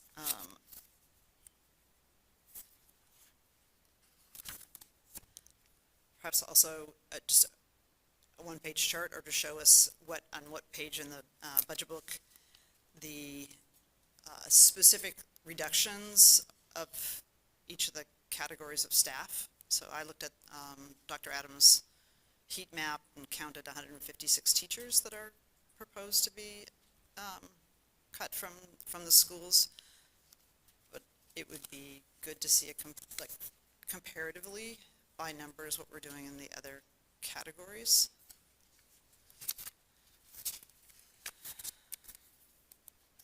I'll have a series of questions I also will send about the size of the reserves, the contingency,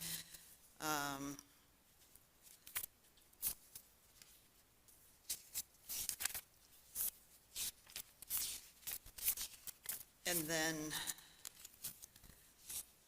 in the 2025 bond, assuming if the bond were to pass this year, specifically what projects are going to would be rolling out. And since I assume that there's bond spend in this budget, that people can come and testify about the bond and the budget. I mean, okay. Again, I'll have some additional questions, but those would be the ones that I would start with. I think we need a lot more details, since in terms of what, not only from an FTE standpoint, but also services, and importantly, so what does that mean? What are we going to see less of next year? I also will be interested if there's any contracting out. I know last year the print shop work was contracted out, and I looked in the budget this year, and it looks like it's we spent twice as much this year than we did the year that we had an in-house print shop. So I'll be curious whether any of these are proposing a contracting out of any of our core services, and then what our projection, because when we agreed to the print shop, when we voted for that, it was to be, there was be some sort of savings, but it looks like it's 700,000 more than it was the year that we had an in-house. So that'll be some of my questions, and I'll send them all off, and hope that we have a chance at a board meeting to talk about the other questions that, in the work session, the questions that everybody else has as well, so that we can benefit from each other's scouring of the 200 pages. I just have one real quick thing, because you had mentioned that we have more money than we have now, which, I get it, but over the last 10 years, we had over 22% inflation. So even though, we have more money now, just over time, you're going to have more money because inflation happens. So I want to make sure that people understand that, yeah, just like, 10 years ago, minimum wage was $7, the minimum wage jumped to 15. That doesn't mean we have adequate amount of funding just because we have more money. Because I didn't say that. I said there's been some, the local, in 20 years, the local option, the Student Success Act, Ballot Measure 98, the construction excise tax, the art tax are all examples of things that were new revenue streams coming in. Thank you both. Oh, Dr. Green's going to send it in. Great, thanks. Split. I'll turn on my mic, that'd be helpful. I just have a few things. I do just want to say that overall, just as far as comments go, just ditto to what Director Hollins had to say about the need for the state to invest more into our schools and into our students. I also just really quickly want to say that declining enrollment is such a fascinating issue. As many of you know, we've had declining enrollment at my own kids' elementary school, so I've seen it firsthand and how it's worked. And it's not like you lose 30 kids and they're all in one class, although oddly we are losing a weird situation. We have a big 5th grade and we are losing a bunch of kids at once, but normally you lose a couple of kids from each grade level. And so it's not like you can just like lay off a teacher at the school because you still have class sizes that are like 25, 26 kids that used to be 28 or 29 kids. So it's not like easy to solve the problem. And I feel like people who aren't in schools or don't understand education, or I think they might resent that I said that. So let me rephrase. I think people who haven't spent time in schools see declining enrollment and just say, you have fewer students, it's easy to solve. You just need fewer resources and you need to figure out how to deal with it. And I think that the state needs to recognize that if we do have declining enrollment, which we do, 6.5% statewide, I just heard tonight, that we need to figure out how to help create like an off ramp so that it's not just like a drop, but like some sort of like measured approach to helping us adapt to a new normal or new situation. And I think that what we're trying to do is create that ramp over time for our own declining system. But it would be nice if the state funding offered something as well to help us make those changes and have them be less dramatic and severe. So I think that's my comment for now. Some things that I hope to hear at the end of this process or throughout this process. One thing, I'll just echo the idea that every question that you get, whether it's the ones you listen back to and write down from tonight, or ones that you get in email, that you create like a single document that's shared with the public, and so we can benefit, but also so the public can benefit and know the questions that we've asked and the answers. I'm super curious as you go, if you're keeping track of like lessons that have been learned from this year's process, so that next year we can implement those changes. I would just suggest kind of keeping, it looks like you're already keeping a running list, but keep that running list going. I'd be curious about how many of the CUP positions are due to vacancies or retirements that were already happening anyway versus how many are more actual losses to services. Can I just jump in on that? Yeah, sure, go ahead. Because I want to take that moment because I heard that emphasized earlier in the presentation, but like even the vacancies or those who are retired still feel a critical role, and we still have to figure out what those mitigation plans are and transition that work somewhere else. And so I didn't want to lose that point, that it's not like people leaving and their work just vanishes. Yes, that's a really good point, and I guess I should have handled the vacancies where the work's already not being done from the retirements, which is a different deal entirely. I totally agree. I heard just in my ear that there's more PERS changes coming, and I would just be curious to learn more about what we can expect there going forward. And then I've just been thinking a lot about what we can do about those schools with higher class sizes. You know, can we get volunteers to start kindergarten at the neighboring school? I don't know. So I just encourage us to get creative about how we can help move kids around strategically, potentially by choice or something like that in the near term. I'm going to use the word audit, but it's not really what I mean, so help me come up with a better synonym. But I'm wondering about doing some sort of audit, lowercase a, for contracts, like looking in the future at the contracts we have and trying to figure out where we can make reductions next time around. That's obviously too late for this year, but I'm looking at, oh, perfect, wonderful. Love to hear it. I'd love to learn about the outcomes there. And I think those are the questions that I wrote down. Lots more digging to come. I also think page 88 is where I saw the list of how many FTE are reduced by different 88. I know because Michelle told me earlier and it stuck in my brain because I had read to page 86 and the thing I was looking for was on page 88. So I have admitted to what page I have read in the big budget document this weekend. 86 is where I got. So thank you everyone for listening, and thank you all for all the work. Michelle, you just got here and had to put together that huge effort along with, I'm sure, a great and talented team underneath you. Amazing team, thank you. Yeah, but I'm really impressed. Welcome. Thank you for coming. Thank you. Before I go, I want to make sure, Student Director Consavi, if you have questions or comments? Yeah, I also have lots of questions, but for the sake of time, I will only share two. And so my first question is, what does the reductions look like for athletics and performing arts at the school-based level?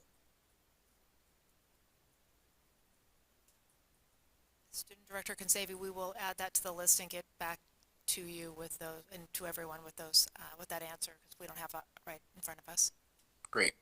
And I was also wondering, what are we doing to advocate for our local priorities stated in our advocacy agenda the board approved earlier this year?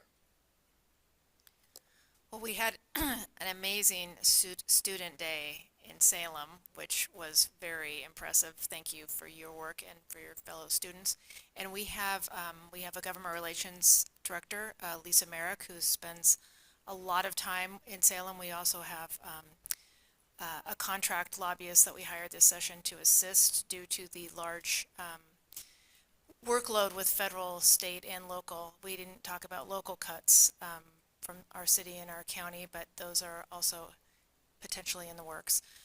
So we have about 1.5 time person in Salem lobbying. But we do, as you can tell, that's not a lot, and we have a lot on our plate. So we really do rely on our advocates to be out there as well. We partner with statewide organizations like COSA, the Superintendent's Association, OSBA, the School Boards Association, other educational groups to help us get the message out about what these cuts would mean. But I really believe and know that having parents and kids, people with experience right now today, teachers, is a lot more effective than, no offense, but hearing from me.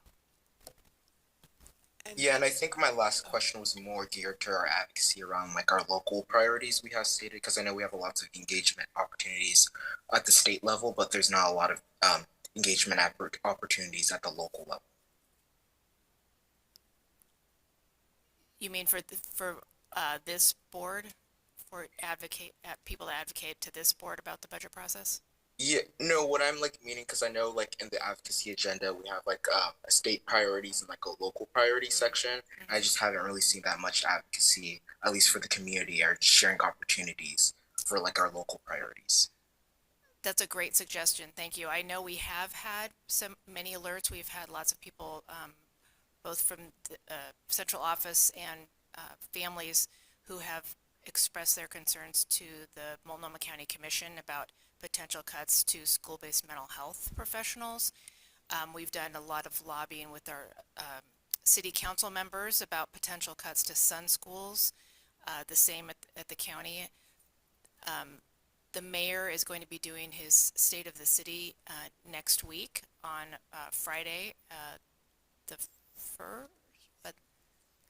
Friday, May 2nd at Franklin High School, and our superintendent will be welcoming him.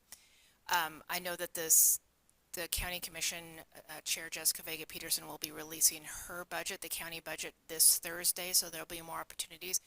But I take your comment very seriously, and we will, with our advocacy efforts with our own communities, we will get the word out about what needs to be fought for at the local level. This conversation just reminded me, and hopefully I see a lot of news folks in the audience that hopefully they can also share about this too. There is an Oregon PTA and Community and Parents for Public Schools Parent and Community Member Lobby Day coming up next week on the 30th of April. We have over 100 parents. We keep hoping to get parents from outside Portland, but honestly, it's so many Portland parents because we just know that we are in such a position, such a tough position here in our city. And so we'll have a bunch of people down at the Capitol next week. I was up my 11 p.m. to 1 a.m. work block last night, was doing the training slides for a meeting tomorrow for folks that are coming to that. So yeah, people should know about it and come, and you can find more information on the Oregon PTA website. Thank you. Yeah, I just have a comment, concern, and a question. I'll be quick. I'll try to be quick. I just want to also just highlight, kind of expanding on what Director Hollins said too. The same amount of money is just not going as far. Just perfect example. So looking at the dollar amount doesn't tell the whole story. The teachers' levy that we passed last year.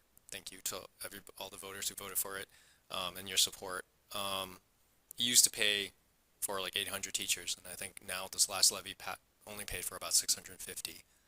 And so the same amount of money is just not going as far. My concern, and again, this is not concern with the work here, this is just a general concern I would like to highlight, because I mean, as we get into these cuts, you know, it's getting worrisome, and one of the concerns I've shared before was that, you know, there's obviously going to be cuts that we're going to pay for down the line, right? Whether that makes operations more expensive or deferred maintenance growing faster than we can handle. And so I think it would be nice to shed some light on some of these, perhaps some of these cuts that may have some long-term consequences that we do need to deal with at some point. And then my last question is I know that it's kind of late for this legislative session, but kind of in the future, would like to have kind of a list of kind of unfunded mandates, and also, from the state, and also kind of laws, policies, regulations that may be causing inefficiencies. As we're talking about efficiency in the future, if it's possible. Again, this doesn't have to happen soon, but it would be nice to actually start problem solving with our legislators about what are some ways that we can reduce costs for our districts across the state, not just for us, in terms of finding ways that we can, not just on unfunded mandates, but certain policies that are really causing a drag on our operations. But that's all I got. So thank you. Thank you all for your time tonight. I'm sorry I held you over a little bit, but I think it was worth it.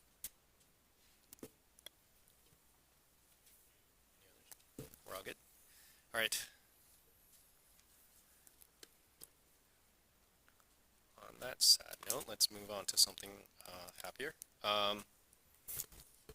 At our April, we're now moving on to the Oregon Department of Education and integrated grant application. At the April 8th board meeting, staff presented the integrated grant application for the 2025-27 school years.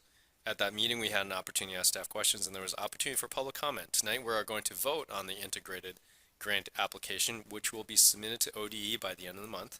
Chair Wong, excuse me, you need to close the budget. Oh, yeah, committee and thank move you. back into board. All right, with that, the board acting as the budget committee is now closed. We're now back to regular board business. That good enough? So I'll reread this whole thing again. Just kidding. All right, well, now moving on to the Department of Education, Oregon Department of Education integrated grant application. Dr. Armstrong, before we move on to a vote, did you want to provide any comments? Yeah, just to thank the team and know that we're committed to stay aligned to board goals. We'll have quarterly updates and we'll present annually as expected to the board and to the community. Thank you. All right, let's put this on the table. Do I have a motion and a second to adopt Resolution 7098, Oregon Department of Education Integrated Grant Application 2025-27 for School District Number 1J, Multnomah County, Oregon? Second. I believe I heard Director Brim Edwards moves and Second. Director Sullivan seconds. Is there any board discussion? I had a question. I'm curious, when I was looking through the sort of the lengthy packet, there's a tribal consultation form that wasn't filled out. Are we not required to fill that out?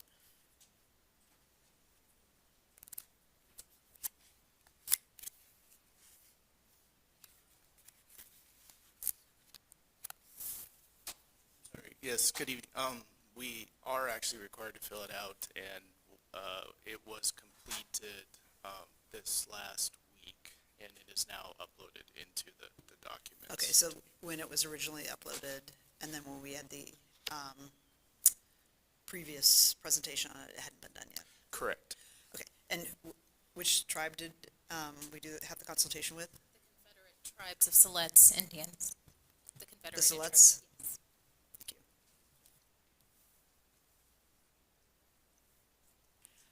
you. I was reading about because I didn't know that much about it, so I read quite a bit about the Perkins grant, the Perkins Needs Assessment, and found it pretty fascinating what they want to do. And I was just curious, there's a lot of CTE involved in that, which is expensive. And can we meet their suggestions with our budget situation? So yes, Perkins is the federal component of our CTE program. And so the presentation that was held the same day that I presented the integrated grants application to you, where they described the CTE program, Yeah. so it incorporated all of those funds.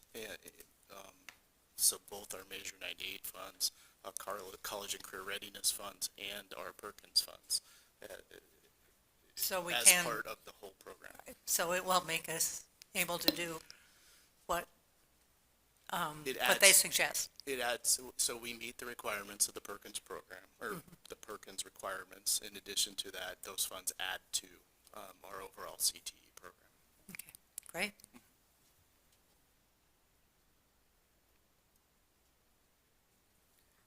Ms. Bradshaw, is there any public comment? No. All right.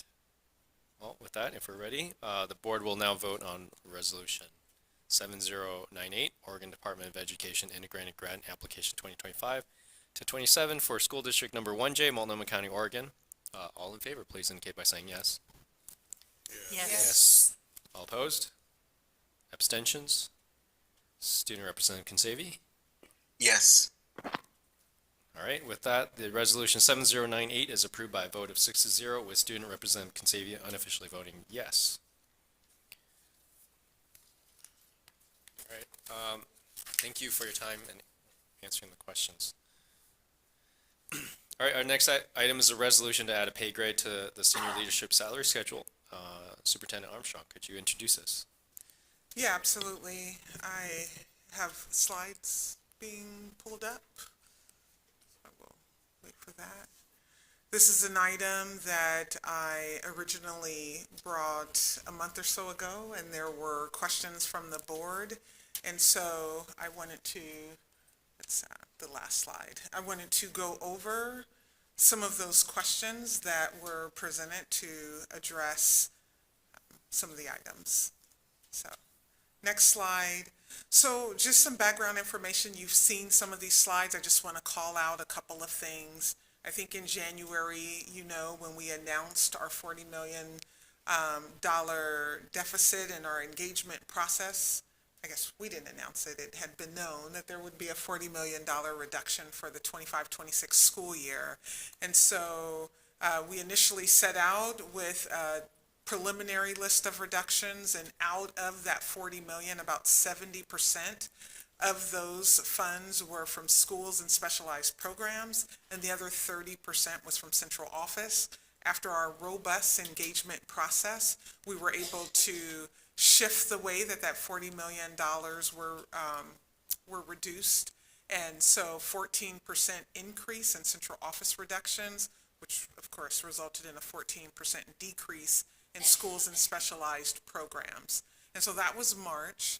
The next slide then shows you where we are as of April, which is an additional 3% increase in central services, which means a decrease in 3%.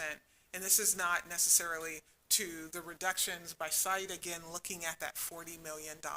So we did an additional $3 million as we learned about continued reductions that would need to be made in the future. And so I just wanted to lift that up. And then just to add that the $3 million in addition that we added, all central office, because we know that budgets were set in schools, we feel like we did as much as we could do for the 25-26 school year in schools, and so we needed to bear that burden in our central office. Quick question. Yes. That 3 million for 26-27 turns into 6, right? Yes. Yeah, if we look at it in 2 years, because they're ongoing, not one-time dollars. Thank you. So next slide.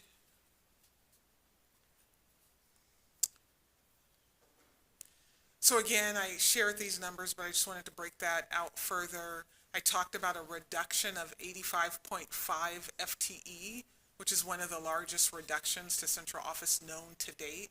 So it's about 71.5 FTE positions that's generally funded, and then 14 FTE grant funded.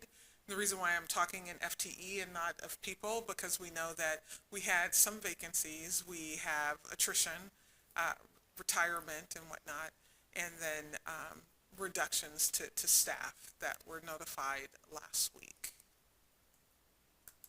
And next slide, just showing the distribution of our total FTE across our spectrum. And I want to note that the proposed salary schedule is for the senior chief positions, which are 2 positions. I just want to be clear because I think maybe somehow it was communicated that it was like all leaders being put on a salary schedule. And then I do want to call out that prior to 25-26 upcoming school year, we've had general counsel that was contracted out, and we're bringing that in-house as a chief legal counsel that would be on this new salary schedule. So, and still resulting in a cost savings. So our FTE this year for our leadership is 82 FTE, and then moving forward to 25-26 school year, we'll be at 75. And we're continuing to examine efficiencies across our system. So we had a massive reorg. I'm going to show you what that reorg looks like for my direct reports. But going further, we had over 80 changes, either team members getting new direct reports shifting in other places, and also some layoffs. So the next slide then shows what the org chart looks like with the chiefs only. And so with that, I presented a resolution for adding a senior chief salary schedule. And essentially, I've been explaining this to a few people. And so one of the best examples to use, because I know that, you know, when we talk about like adding a salary schedule or even a new position that's a higher position, could be alarming, especially when thinking about our financial crisis and the deficit.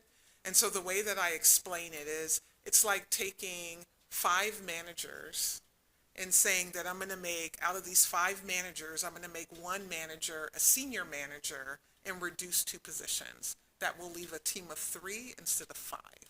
And so that's essentially the best way to simplify the strategy.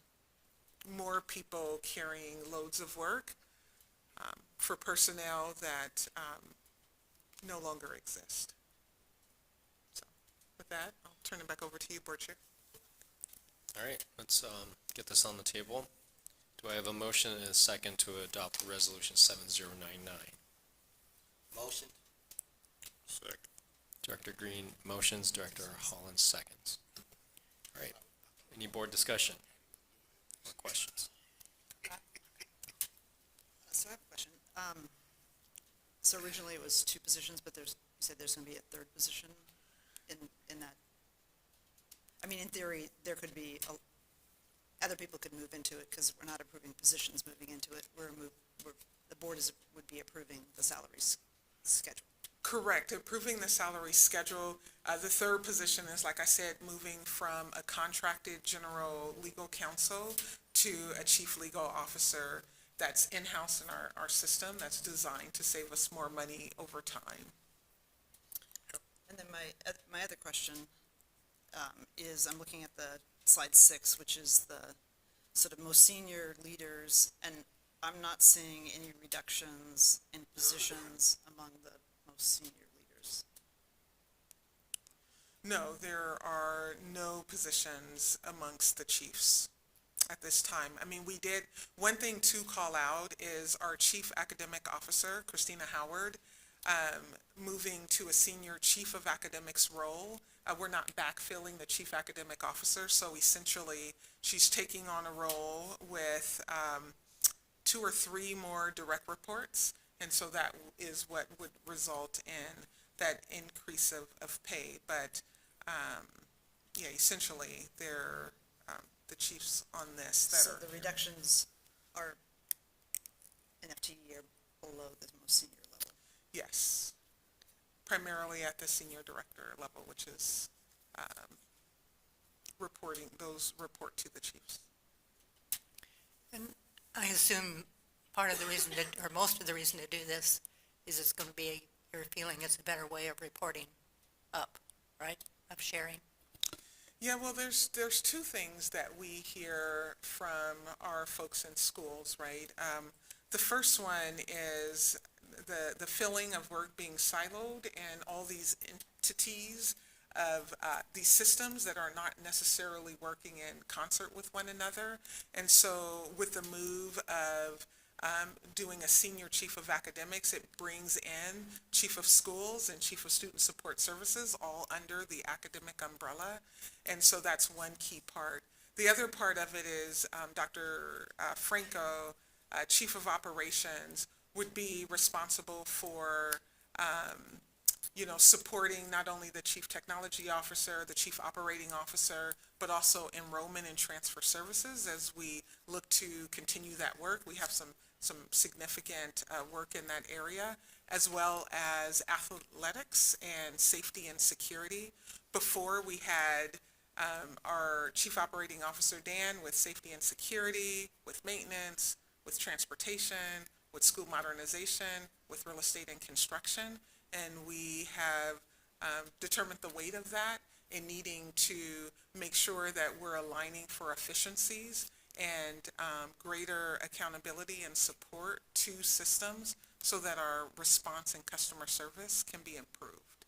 And so that primarily, right, is those efficiencies and supports to school. And then the second is the reality is that we need to continue to examine our services and our programs that we operate. I absolutely love the example that Director Brum Edwards gave about the print shop being reduced in the prior year and then discovering this year that we're actually now spending more money to perform a function that was performed in-house with our own personnel. And so we want to make sure that we are not only benefiting from our return on investment, but that we're being strategic in the programs and services. And the only other thing that I'll say is that typically when you're in school systems, there are two modes of operation. It's centralized services and it's decentralized, meaning centralized, it's all held here at the central level, and decentralized meaning that we have local autonomy and flexibility happening in our schools. And we've also, that's the second thing, heard loud and clear from school sites that they want more flexibility and autonomy. And so we are beginning that shift. We're starting our conversations about how we stabilize and close the gap in the deficit. And so we will be having conversations and continuing to reduce in size for years to come. Thank you. I just want to thank you so much for hearing from me on this. I was one of the people that had some concerns going in and really wanted to have this moment for the public to hear about your plans for the central office going forward and for your senior leadership team. One of the things that really resonated with me about our conversation is you talking to me about how this was you're now the superintendent and this is how you want to organize your team in a way that works best for you and for your team. And I know it's simply put, but you inherited something from an interim superintendent that had been a shift from past practice, and now you're going back to something that's a little bit more similar in structure up at the top, but also making some of the changes we've heard from schools about there being kind of too many sort of middle manager positions between our senior positions and our schools. And so I just want to thank you for hearing that from the schools and making that change. And while I've certainly seen some concern about adding an additional higher level to our salary schedule at a time when we're making layoffs and cuts, I know you know that. And it's still worth it for you because you know that this change is something that in the end will make for a better functioning district. And so I just wanted to make sure that I wanted to thank you for taking the time to be in a place where we were ready to share more details about the changes. And just wanted to also make sure that folks hear loud and clear in case it hasn't been missed, if anybody missed it, that this in the end is, it's a cost savings measure. So I just want to make sure that we once again get that on the record before I cast a vote in support. Thanks. Thank you. I want to make sure the people online have opportunity if you would like to ask questions or comment. Director DePass or Student Representative Katsavi? Yeah. Thank you. No, I don't have any questions. Student Representative Katsavi? Yeah, I was just wondering which specific senior director positions would be reduced in the superintendent's proposed leadership structure. Yeah, I don't have the list in front of me, but I can at least share a couple. I may have to call on the team to help me out. I will say that one of the models that we've had before were 10 senior directors. It was a mix of senior directors and assistant soups who were supervising schools with a different distribution of schools. We have changed that model to be at 8. And I feel like that is enough to be able to do the work that we need to do. We have we had a senior director in another program who that position was not backfilled, so who resigned. And I don't know offhand if all the other. I mean, I resist naming people directly, but okay, so that, and I can follow up later. As I said before, while schools, because of an HR timeline, were able to begin notifying staff several weeks ago, many of our staff found out about their positions being reduced or no longer being filled 4 or 5 days ago. And so I'm just a little hesitant to go into detail, but I'm happy to follow up in email as that news is still settling with some. Yeah, and then my next question is, will there be any additional confidential executive assistants or assistants to support your new positions that you proposed? No, actually, we made some reductions in our administrative support. So when we had a vacancy or knew that we were doing some more nesting, we found ways to find additional supports amongst the administrative team. But we really wanted to keep our reductions at the highest level as possible from manager and not necessarily from our clerical or support staff as much as possible. And then my last question was, what's the total salary cost of your cabinet, your proposed cabinet? That's another great question. We can get back to you on that one. I don't know if we have that detail, but I will get back with you. Great question. Great, thank you. Yeah, one of the very kind of historical, kind of reoccurring complaint a lot with in PPS historically is that there has been a lot of frustration with the feeling that things are siloed. And so having the structure, and you explain it, and also through other things that you've said and shown, anything that attacks that siloedness and reduces that and increases responsiveness to our schools, which is where the goal is to provide the service in our schools, is a good move. So I appreciate that. I appreciate that, and I really want that to be the key message. Like, the restructuring was not only for the efficiency, but also because of our structural deficit. And I want you all to hear me say that we will continue to right size, right? As we have to right size in schools, we also have to right size in our central office. And like I said, going back to that decision point of what is it that we centralize and what functions do we decentralize out to schools, and being really clear about that and resourcing appropriately. Have some final comments. I had a question that I just thought about, if it's not too late to ask. And that's, yeah, go ahead. in terms of, I like the idea of, I appreciate your, superintendent, your explanation of, how you're considering this systemic kind of shifts. And curious if you thought about, the de-siloing is excellent.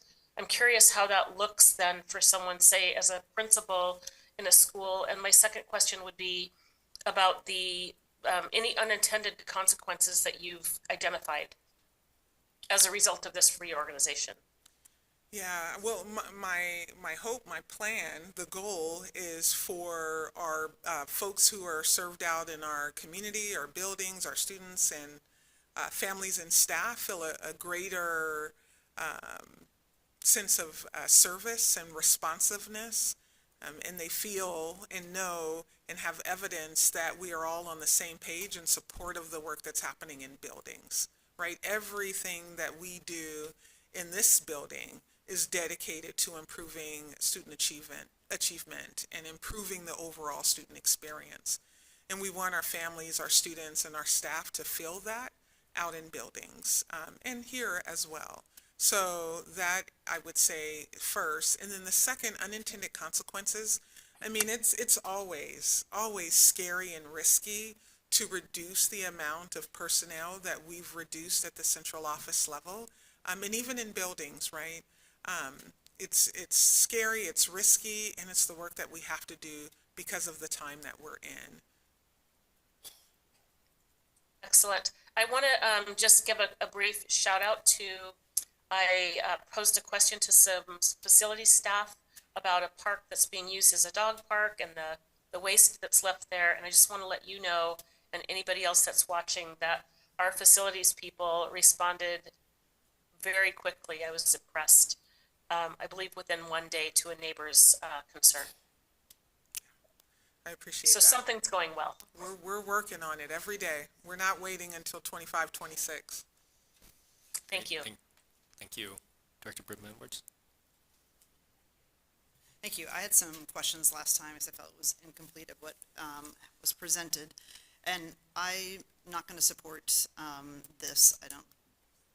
This new pays salaries schedule, which is what we're approving, not specific individuals or structure. It's a range of 224 to 239,000.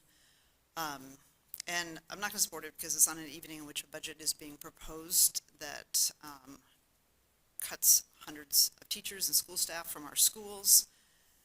And I don't believe it's the time to be adding a pay step to the top of this pay scale. I'm concerned that it adds another administrative layer back in a year in which PPS has still continued to pay 3 deputy superintendents on contracts that previously were in those roles, and I think we're still paying, still have one of them on contract, so we still have contracted people who are who used to be at the highest level of the district. The last time this came up, some of the pushback was that this was not supporting the superintendent. And I understand the board's role, and the board's role in my 12 years, I've never told a superintendent to hire or fire anyone or what their structure should be, because that is the superintendent's role. It is the board's role to approve pay and economic benefits. We approve the teachers' pay scales and their contracts. Same thing with our nutrition service workers and our janitors. So this is just another a different class, but this is the board's role, and I don't believe that the case has been made that we should, at this time, after hearing the position the district's in financially, to be adding a new pay scale at the top. So I'm not going to be supporting it tonight. But I certainly respect the superintendent's right to organize the senior staff in a way that she feels works best for her, and to hire the people who she believes should be in the leadership team, but it's a separate issue from the board's role of approving a new layer, a new top layer in the pay scale. I'm respectfully, respectfully disagree with that. I think, when we are hiring a CEO or we're hiring a superintendent, right, I think it's our duty as a board to make sure that they have what they need, we talk about, making sure that, you know, when we bring someone on, that they have the tools. Same thing we were talking about with accountability with the governor, right? You know, we can't expect someone to do more with less. And, you know, with the reductions that's been made, and also the efficiencies that, and I don't know, this is out of my conversations with the superintendent, of having the senior level, some of the, if we look through even our budget books from 88, I think, to like 91, there's a lot of things that's in the actual budget that need some oversight. And when I look at those, and some of them are several $100,000 to millions of dollars that, you know, we have oversight of those, could potentially be a savings to us. You know, when we have one person that's holding all these bags, you know, there's always going to be some leakage that comes out.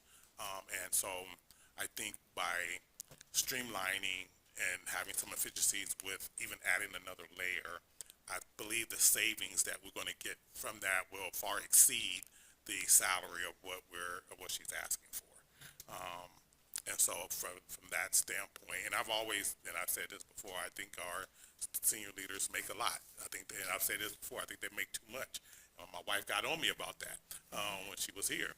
But I mean, that's just how I feel. But when you actually look at, you know, the streamlining and some of the efficiencies that could happen, I think we actually stand to save, you know, I'm just going to hear millions of dollars by having that additional oversight versus the couple $100,000 that we're talking about. And I do think the price is high for him too.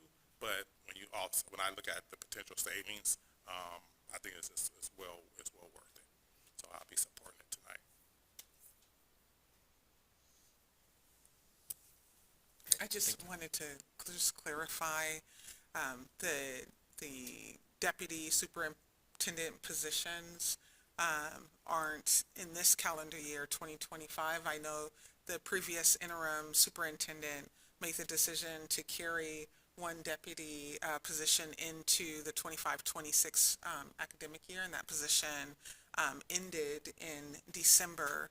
And I think what was referenced was the fact that we have a person who used to be a deputy superintendent still providing services and support to our financial leadership team. Just to emphasize, just because I want to make sure our community knows and whoever's watching that we're as transparent as can be, that we just had our final senior financial leader installed this month. And so for the first time in over 3 years, we have a fully hired financial leadership team, and that is going to benefit us. And so we anticipate, even still, you know, it's been a couple of months for our CFO that's been here, and now that she's onboarding her new team and learning the systems of Portland and getting this budget into a place where we can have this discussion, has taken some extra resources, and we don't anticipate needing many of those resources come 25-26 school year. So I just want to make sure that there isn't like any like ghost positions out there. No, I think I used the word contracting, because I'm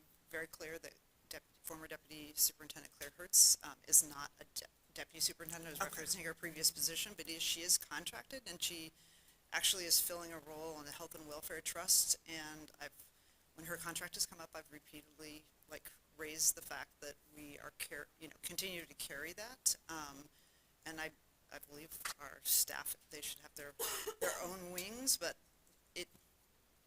and we did carry also Myung into this year, and then Dr. Proctor into the end of last year.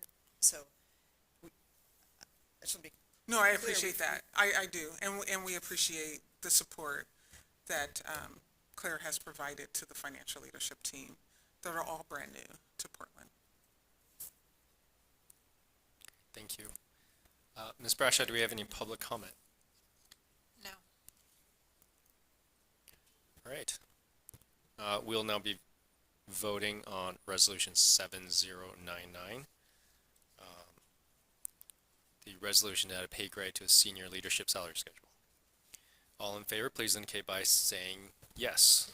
Yes. Yes. All opposed? Any abstentions? Student Director Consavi? Yes.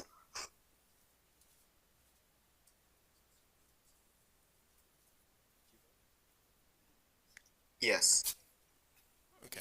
We need to, Let- yeah, we need to do that over again. All right. Let's redo.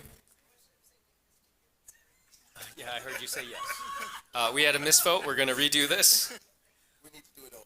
Do it again. All right. All in favor, please indicate by saying yes. Yes. Yes. Yes. Yes. All opposed? Student Representative Consavi? Yes. All right. Resolution 7099 has passed with a vote of 6-1 with Student Representative Consavi voting yes. Thank you. Before we adjourn, I just want a couple announcements really quick. Next Tuesday on April 29th, the board will be holding a budget hearing, which is time for public comment. This will be held at Grant High School at 6 p.m. The next regular meeting of the board will take place on May 6th. Thank you all for staying so Before late. you adjourn the meeting, we had an agenda item that became a written report. And when I talked to you this morning, you said you were going to make some comments about it and that we'd have an opportunity No to make some comments. comments. Okay, then I guess I'm going to, since the meeting's still open, just notice that I'm going to submit some comments for the record because we passed a resolution in which we were supposed to have a presentation and an opportunity for, said in the resolution, opportunity for discussion and Q&A about the bond.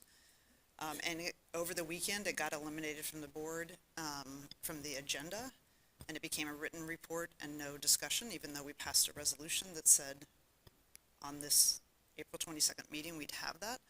We also had somebody, an individual from the Native community, the Indian parent ed community, who was told to come to this meeting, and they'd have an opportunity to talk about the bond. They sent us all a note before the board meeting that they had been told to come to the meeting. This would be their opportunity to talk about Indian ed being taken out of the bond.